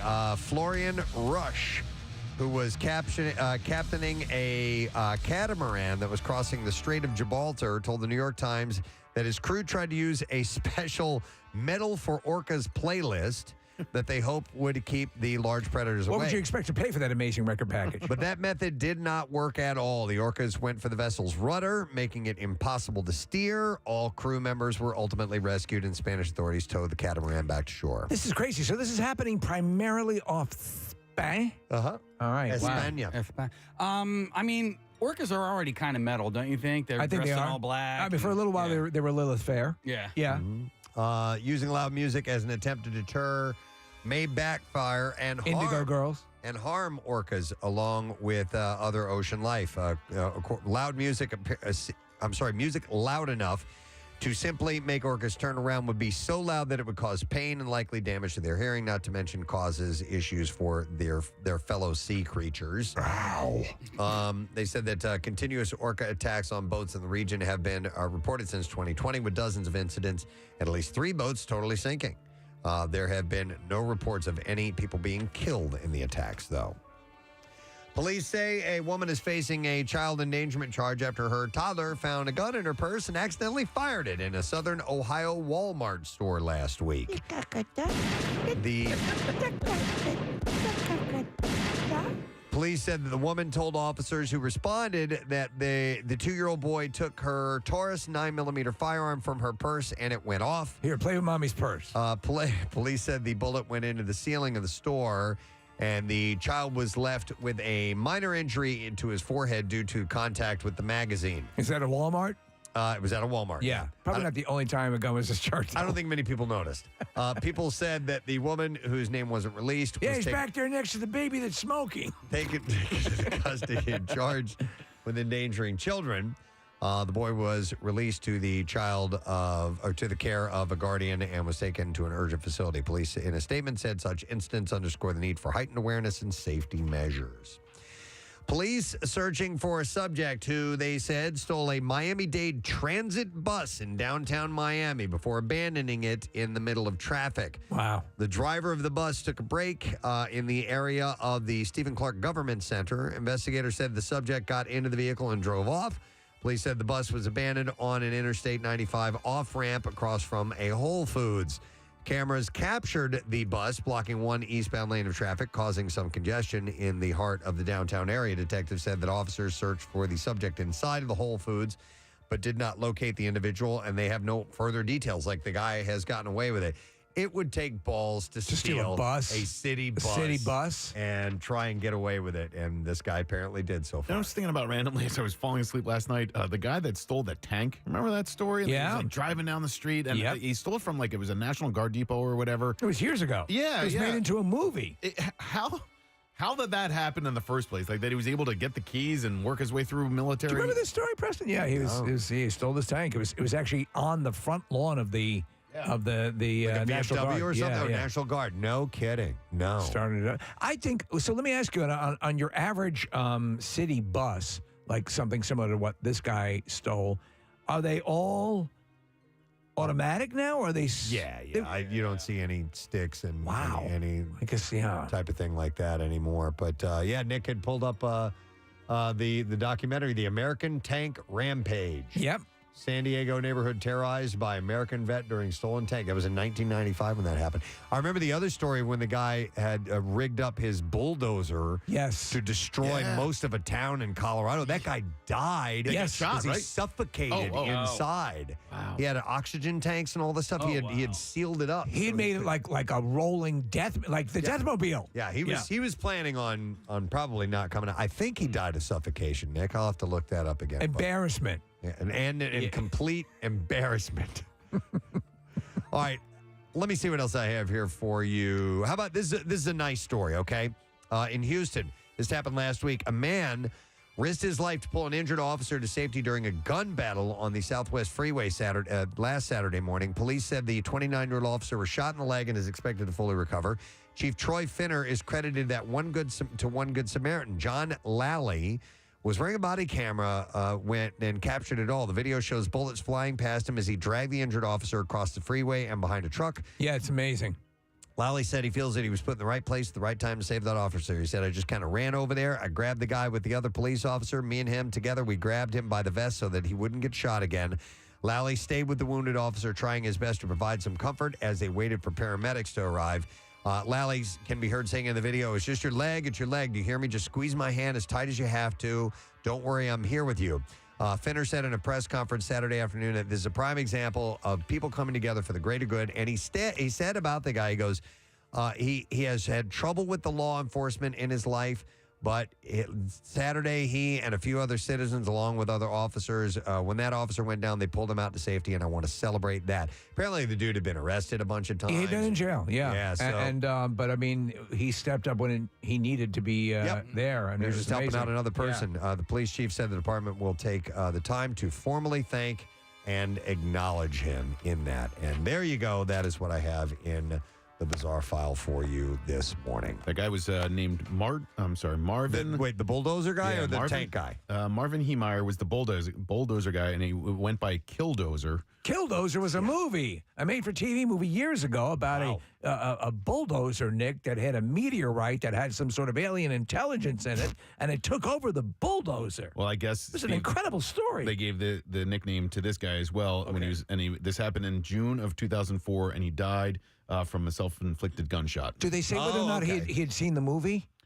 No. And by the way, it was over some kind of weird land dispute with other people next to him that he went berserk. Yeah, they called it the Killdozer Rampage, and it was in Grand Lake, Colorado, which I've been to before. It's in Granby, Colorado. It's on the west side of the Rocky Mountains, not too far from Rocky Mountain National Park. Is this the one where people were buying the land around him, and he was starting to get pissed off because they wanted his land? Something like that, maybe. Yeah. Is there a documentary about this? Yeah, on that's what he's talking Netflix? about. Is that what you said? Okay. And he wanted the land so that his killdozer could roam free. Yeah.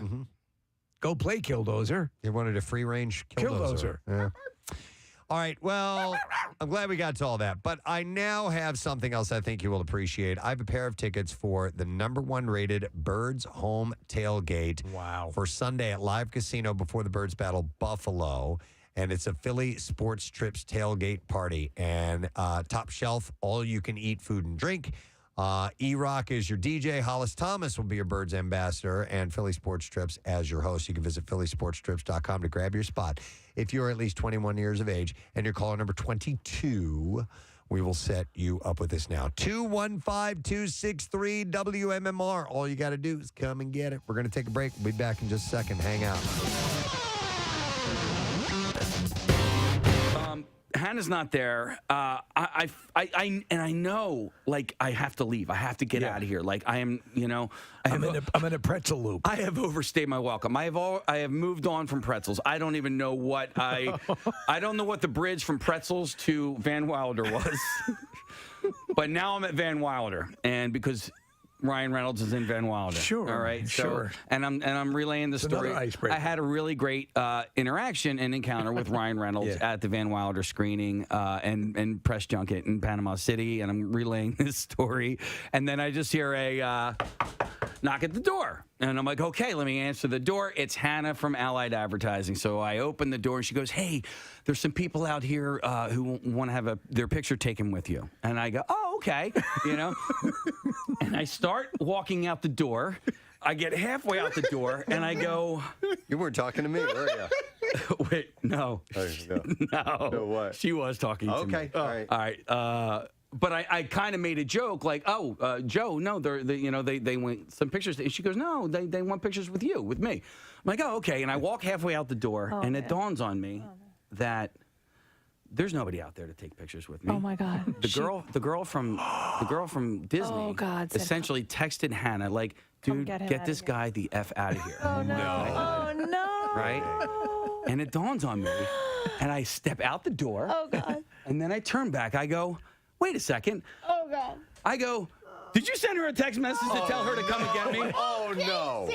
Oh, no. She did. She flat out did. I go, you did. I go, it's fine. I go, I get it. I go, I'm so sorry, man. Listen, sometimes I have no chill or whatever. But I go, I know you totally did that, right? And then I shut the door and I walk away with Hannah and I go, did she send the text message? She goes, yeah, she did. I was like, oh my God.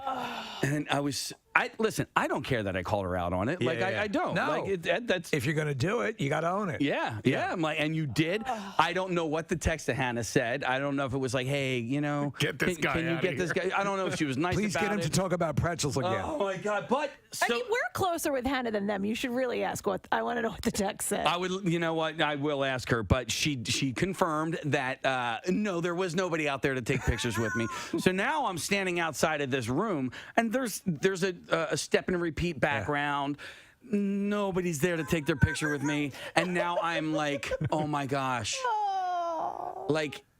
Now you're thinking. I was a child at this point. Like, I was so embarrassed, and I was like so inside my own head, and I was like, this is terrible. I am so embarrassed. I almost felt like crying, and then because I was depressed. I was like I legit got depressed at who I am as a person. And then I was like a little bit mad. I'm like, but I was being nice, you know what I mean? Like I'm a nice person, but like, God, Case, you're a 46-year-old man. You should freaking know. You have met a celebrity before. Stop being such an a-hole. You were just excited over pretzels. I was excited over That was the problem. You were excited over great pretzels, and I still want to open a franchise, and it's not that expensive to open a franchise. My wife said, no, I'm not allowed to open a Wetzel's Pretzels franchise. And I was trying to think of, where could I open a Wetzel's Pretzels franchise? Where could I? I thought this would have been you going, I need to go back and apologize right now, and then go back in there, and then they're with this guy again. Yeah. We can't get rid of him here. What was the converse? What was the?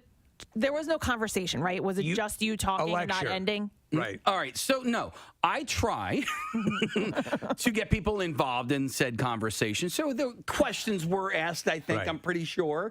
Do you recall a real Waiting for an exchange, like a answer. conversation, or did you ask them to write down their questions and submit them to you?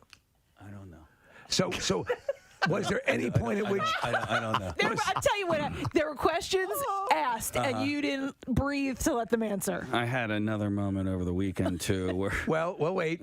Before you go to that, to this point, did you encounter them again? Did you get a chance to apologize to him, our buddy from Stranger? I talked to the guy. Yeah. All right, so I never talked to the girl again from Disney.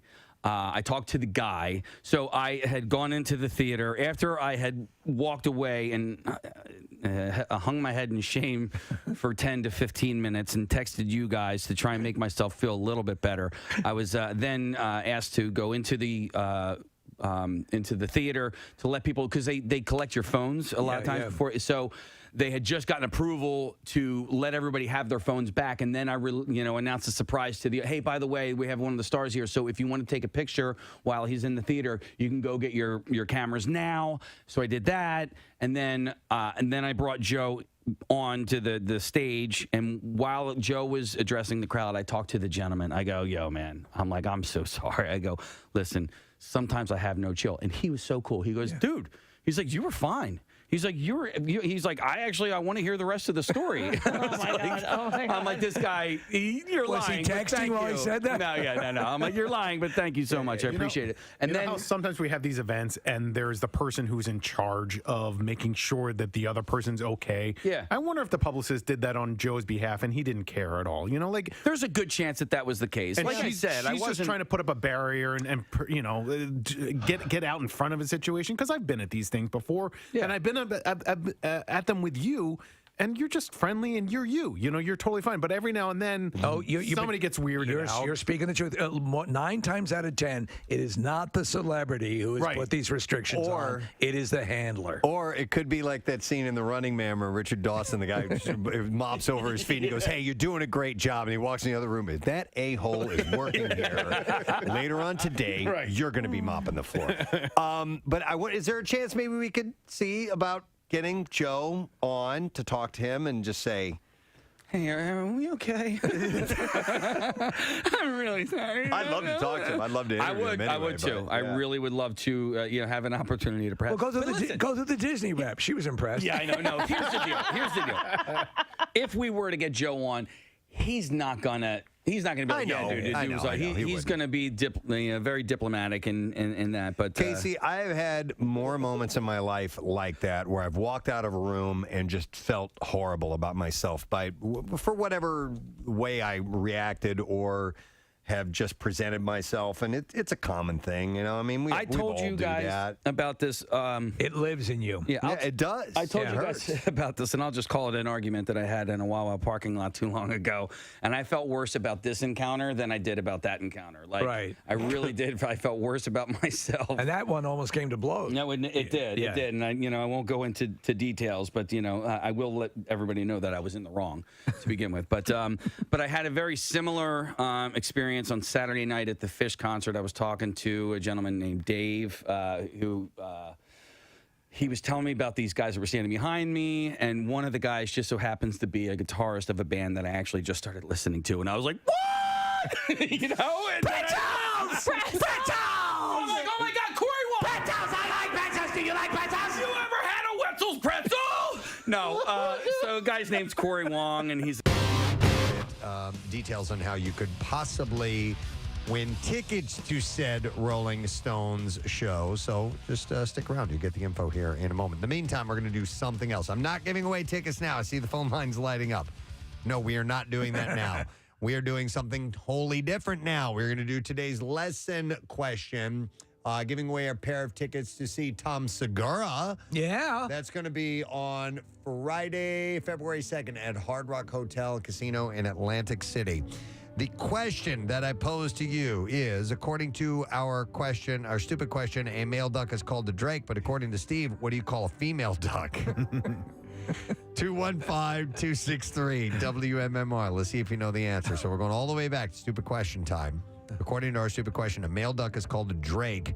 But according to Steve, what do you call a female duck? 215-263-WMMR. Let's see if you know the answer. The trash business is a gold mine. 93.3 WMMR with Preston and Steve's Hollywood Trash. Brought to you by Sports and Social. You can experience the ultimate football party at Sports and Social and Live Casino and Hotel Philly. Cheer on the Birds with ticket giveaways and signed merch.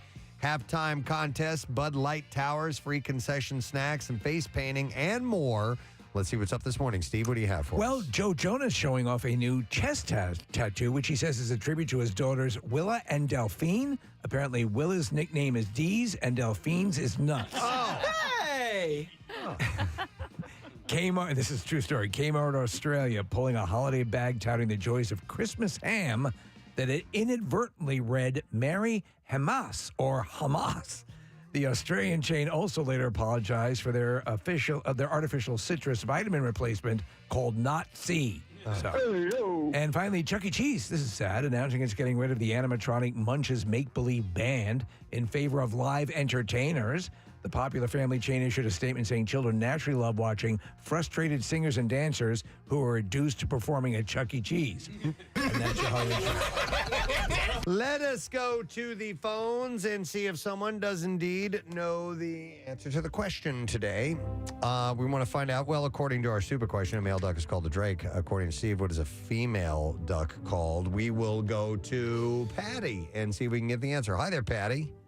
Hello. All right, Patty. So according to Steve, what is a female duck called? That would be a bitch. A bitch. That is correct. We want you to hang on, Patty. We're going to set you up. You got yourself some tickets to see Tom Segura Friday, February 2nd at the Hard Rock Hotel and Casino in Atlantic City. Tickets for both the February 2nd and 3rd shows are available now at Hard Rock Hotel, AtlanticCity.com. Now, Preston and Steve's Music News on 93.3 WMMR. Brought to you this morning by Family and Company Jewelers. You can save big at the Passing of the Torch sale, November 27th through December 2nd. Watches for him, diamond studs for her. And yes, even engagement rings will be on sale. FamilyJewelers.com. All right, we'll start with the big one. The Rolling Stones are returning to Philadelphia Tuesday, June 11th at Lincoln Financial Field. They will be performing. Tickets will go on sale Friday, December 1st. That's at 10 a.m. And we will begin today what we are calling MMR's 13 Days of the Stones. This starts today. It will start in the 5 o'clock hour. You listen for the Stones song of the day to be the 25th caller when we play it, and then you win a pair of tickets to go to the show. It's a pretty sweet deal. I love this, especially because this new album is so good. The songs are amazing. Yep, so if you want to find out what the songs are, even the hour at which the song will be played, you can go to WMMR.com and do that. Now, with the on sale on Friday, December 1st, the day before, Thursday, November 11th, there is a pre-sale that is taking place. You can get that information at WMMR.com as well as another chance to win tickets online. So the bottom line is go to WMMR.com, get the details, find out the information. Have you ever seen them? I've never seen the Rolling Stones. So I made sure that I saw them the last time they were through, and they did. I don't think they were supporting a new album. They were just on tour. Okay. Yep. The excitement over this, the energy that they display when you see them interviewed now, I think you're going to get them at the top of their game. I should probably do it, but man, it's on a Tuesday. I know. But you know, maybe I'll get a room down at. Call it now. Yeah, right. Yeah. Or, you know, what we could do is just preemptively take that Wednesday off. or That's another one. broadcast from the link during the show. And then not do the show, on Wednesday. And then take the rest of the month off. Or I got a better idea. How about the weekend before we go to England and watch the Phillies play against the Mets? Right. Why don't we do that instead? And then do live close play of the The options are endless at this point. And then we can christen the new yacht that Beasley buys for us. Foo Fighters return to Austin City Limits for an hour featuring classics alongside gems of their latest album, But Here We Are. The highly anticipated show premiered over the weekend. That was on PBS stations and is now available to stream online. It was their first appearance on the show since 2015. So if you want to see it, it is now available. Elton John is celebrating the 50th anniversary of his holiday song, Step Into Christmas. It was originally released as a standalone single in 1973, and on the B-side was Ho, Ho, Ho, Who'd Be a Turkey at Christmas. I don't know this song. I do not know it either. I don't either. I'm going to play it. Step Into Christmas. I thought you were talking about Ho, Ho, Ho, Who's a Turkey. No. Okay. No, this is, let's listen to a little bit of Step Into Christmas.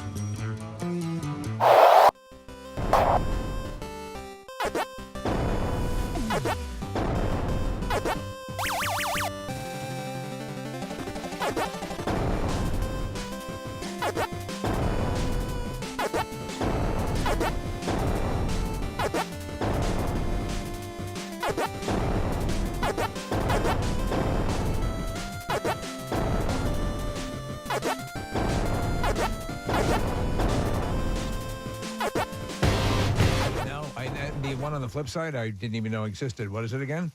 It's called, the other one on the other side is Ho, Ho, Ho. Who'd Be a Turkey at Christmas? The track, the first one, Step Into Christmas, was intended to be an audio holiday card for his fans following the monumental release of his album Goodbye Yellow Brick Road. Step Into Christmas was recorded on a Sunday and released less than a week later. The song is the center point of a newly released digital Step Into Christmas EP featuring Elton's top holiday hits. One last story, and that's the fact that Neil Young has released a new box set titled Archives, Volume 163 to 72. The music covers his first decade and is the beginning of a series of archival box sets that was originally released in 2009. Does it include a Christmas song? I don't know. I saw Mommy kissing Santa Claus. Yeah, you've heard it. There we go. Out of print for over a decade, the 8 CD set has added 13 songs that have never been released before. It does include material from the Squires, Buffalo Springfield, Crazy Horse, Crosby, Stills, Nash & Young, and his early solo album. I know one Mr. Pierre Robert who would probably like that. Yeah. For Christmas. And that is the last item I have in music news for you. We'll take a break. We'll come back and we'll give away the Tattoo Tuesday prize. Yes. Last chance. Text word tattooed 39333. Go for it if you have a chance. And we'll also get the letter day for the word of the week. We'll be back in a moment. And I love Wolfpack. Thank you. Yeah. So do I. And I started going a little bit off the rails.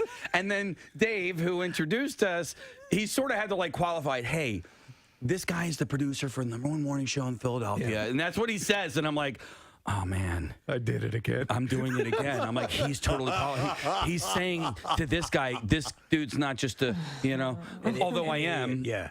I was like, okay, all right, let's reel it back a little bit. But this one time when you did this, no. So I tried to reel it back. Pretzel bread. I like bread. So listen, I didn't feel as you bad about probably that felt encounter. it was worse than it was because now you were hyper aware of it. Yeah. I'm sure it wasn't that bad. It's challenging though too, because when you're with friends, when you're with loved ones, everybody smiles and nods and it's cool. When you're with strangers or somebody you've never met before, it changes the dynamic. And you have no idea what was going through Joe Keery's head. I'm sure he's fine and probably hasn't thought about it since then. Right. Well, and Or that's the subject of his new movie. Now, I've also been on the receiving end of a few of these experiences, right? People listen to the show and they're huge fans. Or, like, somebody will introduce me to somebody who clearly doesn't listen to the show, and that's fine, too. And now these people have to act like, oh, yeah. And I'm like, you don't have It's to. okay. Right. It's okay. It's okay. Like, you don't have to listen. I know you don't, and it's fun. But because of that, like, because of my experience that I had with Joe Keery, and to anybody, like, if you want to come up and say hi to me at a restaurant or a Wawa or where, like, please do it. Absolutely. Because the deal is, like, I don't have a job if it's not for you that's listening right now. Like, it's just, it's as simple as that. Like, all these great luxuries that I'm able to provide for my family are a direct result of you in your car or your home or your office or whatever listening to me right now. And so, same thing for you, Joe Keery. No.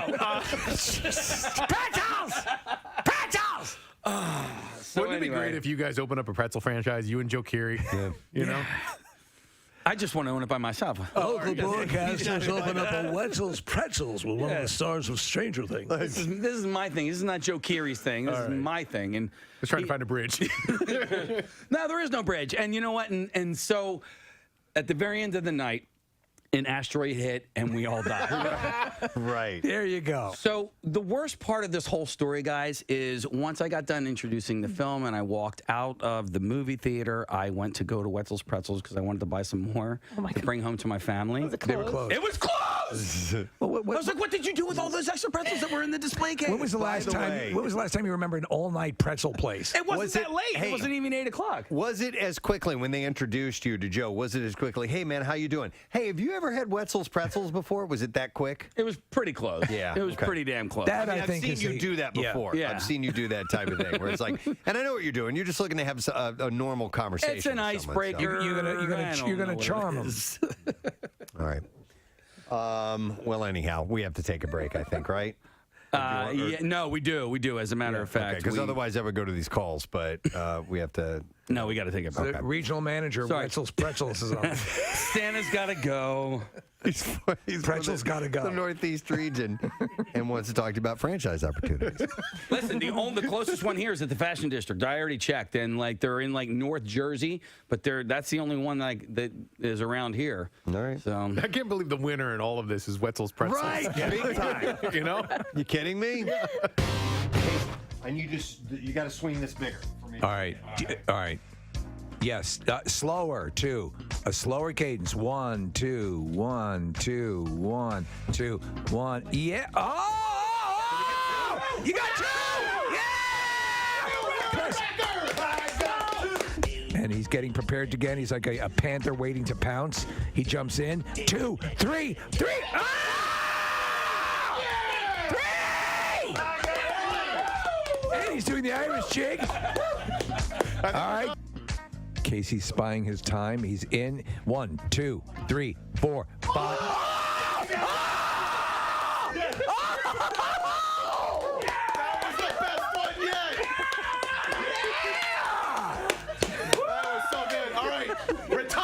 Wow. Go.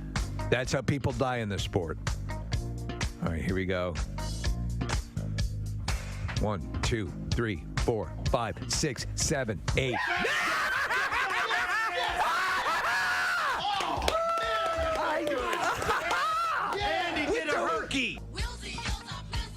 And here we go.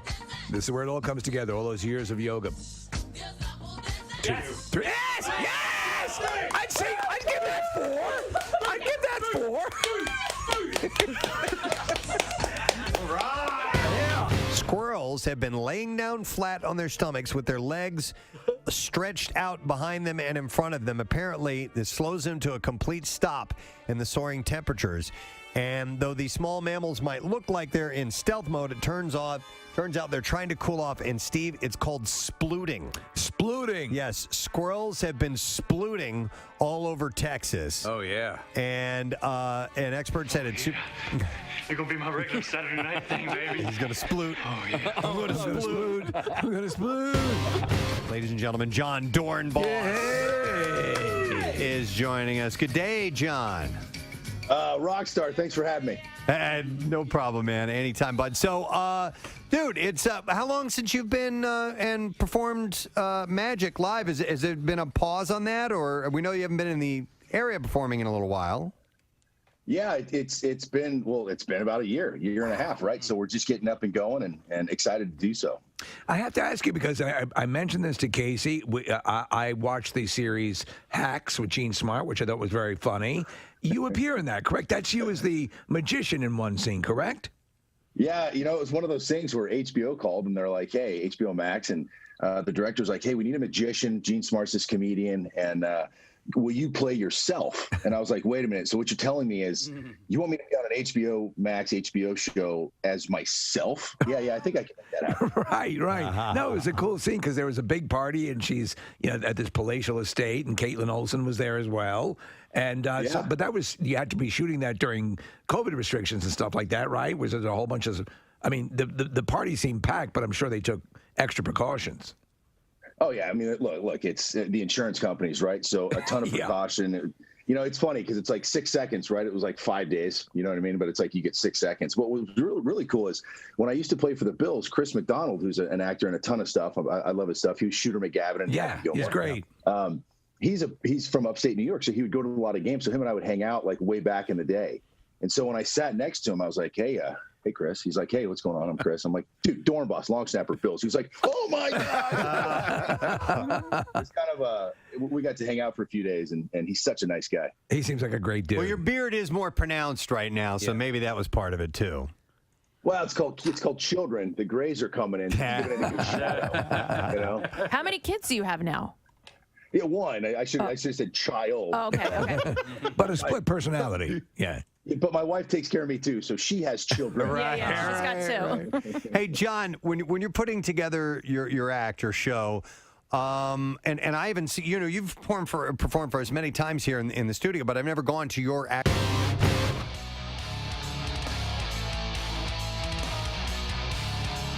To Montana, 93.3 WMMR. The devil you say. Devil. On the Preston and Steve show. He fought Kid Alabama. Tim Montana did? Yeah. Kid Alabama, Tim Montana. It's a match made in WWE heaven. Yeah. No, it's 10:27. We're getting ready to wrap up today's program. But not before we do a couple of things. One of those being thank yous. Thank you to Mr. Tim Meadows. Yes. Tim is great. Yeah. Nice little conversation with him. He had nestled up next to a Wendy's. He was in his the parking lot. car and had a conversation. He gave us a great compliment. He said he wished all interviews could be like that. He had a really good time, so it was really cool. And he's going to be at Helium Comedy Club this weekend. He's a great guy, very funny. He even obviously has a Sunday show as well. Yes. Yep. I hope he takes your advice, Case, and brings the family here for Thanksgiving. Will make total sense, right? So thank you to him. That was cool having him on. And thank you to you, Camp Out for Hunger. Yes. We released the totals, which are still expanding, by the way. And we received over 1.7 million pounds. I should say Phil Abundance received over 1.7 million pounds of food and $948,732. And we announced our winner of the business group organization. And first place came Subaru of America, of course. Second place, and we'll do a live broadcast from there. Pierre Robert is going to be broadcasting live from Comcast because they brought in our second highest amount of donations.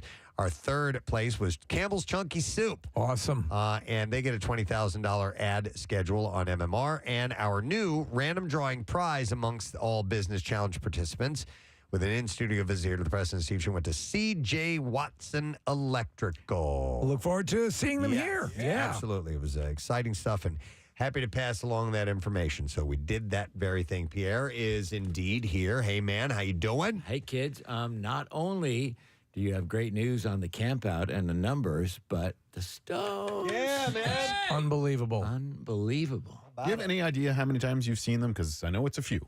1975 was the first one. Wow. Ronnie Wood's first tour. And I've seen them every time they've been wherever I am since then. Or started to fly to see them. I've seen them with you a few times, and one memory that comes to mind is they came through Philly one year, and they did the Vet before it was imploded. Then they did the Wells Fargo Center, which I think was First Union or whatever at the time, and then the Tower. Right. And I got to go to the Vet and the First Union Center. I did not get to go to that Tower show, but it just was. incredible. I remember doing post-concert coverage with you and MMR outside of the vet, and we were just having a blast. We were on a high from how great that show was. It's, when you see people still doing, they keep getting dismissed for age. And I remember being on a production tour one time with their production director, and some press person said, well, they're so old. And he goes, you don't get it. Right. This is what they do. You get up and do what you do. This is what they do. And if you do what you do, well, why the F should you stop doing what you do? Yeah. And I go, holy S, that's the best thing I've ever heard. Well, stop and think about it. Yeah. Stop again. I keep trying. Two of my now favorite Rolling Stones songs have come out in the past couple of months. I mean, that's saying a lot. Right. With a body of so many great songs that they're releasing this. It's just amazing. Yeah, and they're it's going to really be in support of that album as well. Really cool. I'm so excited. Yeah. And we start giving away tickets today. Who's got the first pair? 5 o'clock hour. So it will Okay. not be you, it will be Brent. All right. And all that information is at WMMR.com. But 13 days of the Rolling Stones and your chance to win tickets. So do not miss the chance. All right, shall we do the letter, sir? Yes. All right, here we go. Preston and Steve on 93.3 WMMR. Now, the Daily Letter. All right, the Preston and Steve Show is brought to you today by the letter O as in Ohio. All right, and we only have one more to go, and then we give away $300 courtesy of Mainline Christmas Lights. Light up your holidays with Mainline Christmas Lights. They will custom design, install, maintain, and even store your lights for next season. Take the hassle out of the holidays and book now at mainlinechristmaslights.com. Today is well, you know what? I guess let's find out what's on your show first, Well, and we'll it's do Double Tat Shot Tuesday. Yes. So we'll do double shots, and we'll pose the question, why is Nick wearing shorts today? I am too. I didn't even notice that. Oh, my God. It's Yes. so cold outside. But Steve inspired me, and Steve is a Absolutely. winter shorts guy. It's my and- tribute to the Pilgrims. Yeah, and so I did all the laundry yesterday, and I hung up all the clean jeans, and so So they weren't dry. You're right, and the the shorts I had worn yesterday, but they're still clean. Yeah. So I wore. As long as there's no pee-pee in them. They're Yeah. just wearing dirty shorts. Dirty is a relative term. I guess Preston. it is, Yeah. yes. Just disgusting. Pre-worn. Pre-worn. Unwashed. By the way, Levi's, Kathy, you'll be pleased to know this. When you Levi's jeans, 501s, and other brand of the Levi's jeans, they encourage you not to ever wash them. And what, put them in the freezer? Never, as in never. Well, And put them in the freezer, right? They have a whole theory behind it, but for purists of jeans and the 501 jeans, if you buy the original kind, you're supposed to get a size wider in the waist and longer in the length, and then sit in the bathtub and let Until them the cops soak come. you, which I did. Did you? Did you do that? Yeah. Did it work? Yeah. So what about I've heard now, because I believe it was one of the higher-ups at the Levi's company said that they recommend that every couple of months, if you want to, take a shower with the jeans on. Oh, that's interesting. Yeah. Yeah. Okay. That's what they're saying. I'm going to use my You're washing kidding, machine. though. No, see, I believed him. All right. No, it's Anyway, true, that's true, yeah. on the program today, Double Shot Tuesday, and we'll get into Workforce Blocks of Metallica and Audio Slave, and we have a block of the Stones scheduled, which we scheduled already, but it won't be containing the song of the day. Okay. All right. Fair enough. It's also Tuesday, so we got to give away our Tat Tuesday prize. We have a $350 gift certificate for Floating World Tattoo and Piercing that is going to Beth Corson of Atco, New Jersey. So, Beth, you get a Preston and Steve tattoo. Congratulations to you. We'll make sure you get the proper information. Tattoo Tuesday on the Preston and Steve Show, presented by Floating World Tattoo and Piercing, 1729 South Street in Philadelphia. For artwork samples, visit floatingworldtattoos.com, or you can check them out on Instagram at Floating World Tattoos. By the way, I will thank our sponsors. The Preston and Steve Show is brought to you today by Duncan, and the Preston and Steve Show runs on Duncan. Also brought to you by Family and Company Jewelers. Save big at the passing of the torch sale, November 27th through December 2nd. On the program tomorrow, it's a Wednesday, Fox Good Day, secret text word. And we're also going to have comedian Mike Vecchione in the studio as well. Very good. Get you ready for Thanksgiving and all that stuff. Yeah. Is there going to be a special connoisseur? Yeah, we will be doing a connoisseur tomorrow Because it may be the most important connoisseur of the year. leading into Thanksgiving, and we didn't have one last week at Camp Out, so we will make good on that and some special clips to play with that. Nice. All right, that's it. We're done. Rage on. Have a great day. Keep it in Nooch too. I might start saying that. All right, we'll see you again. Bye bye.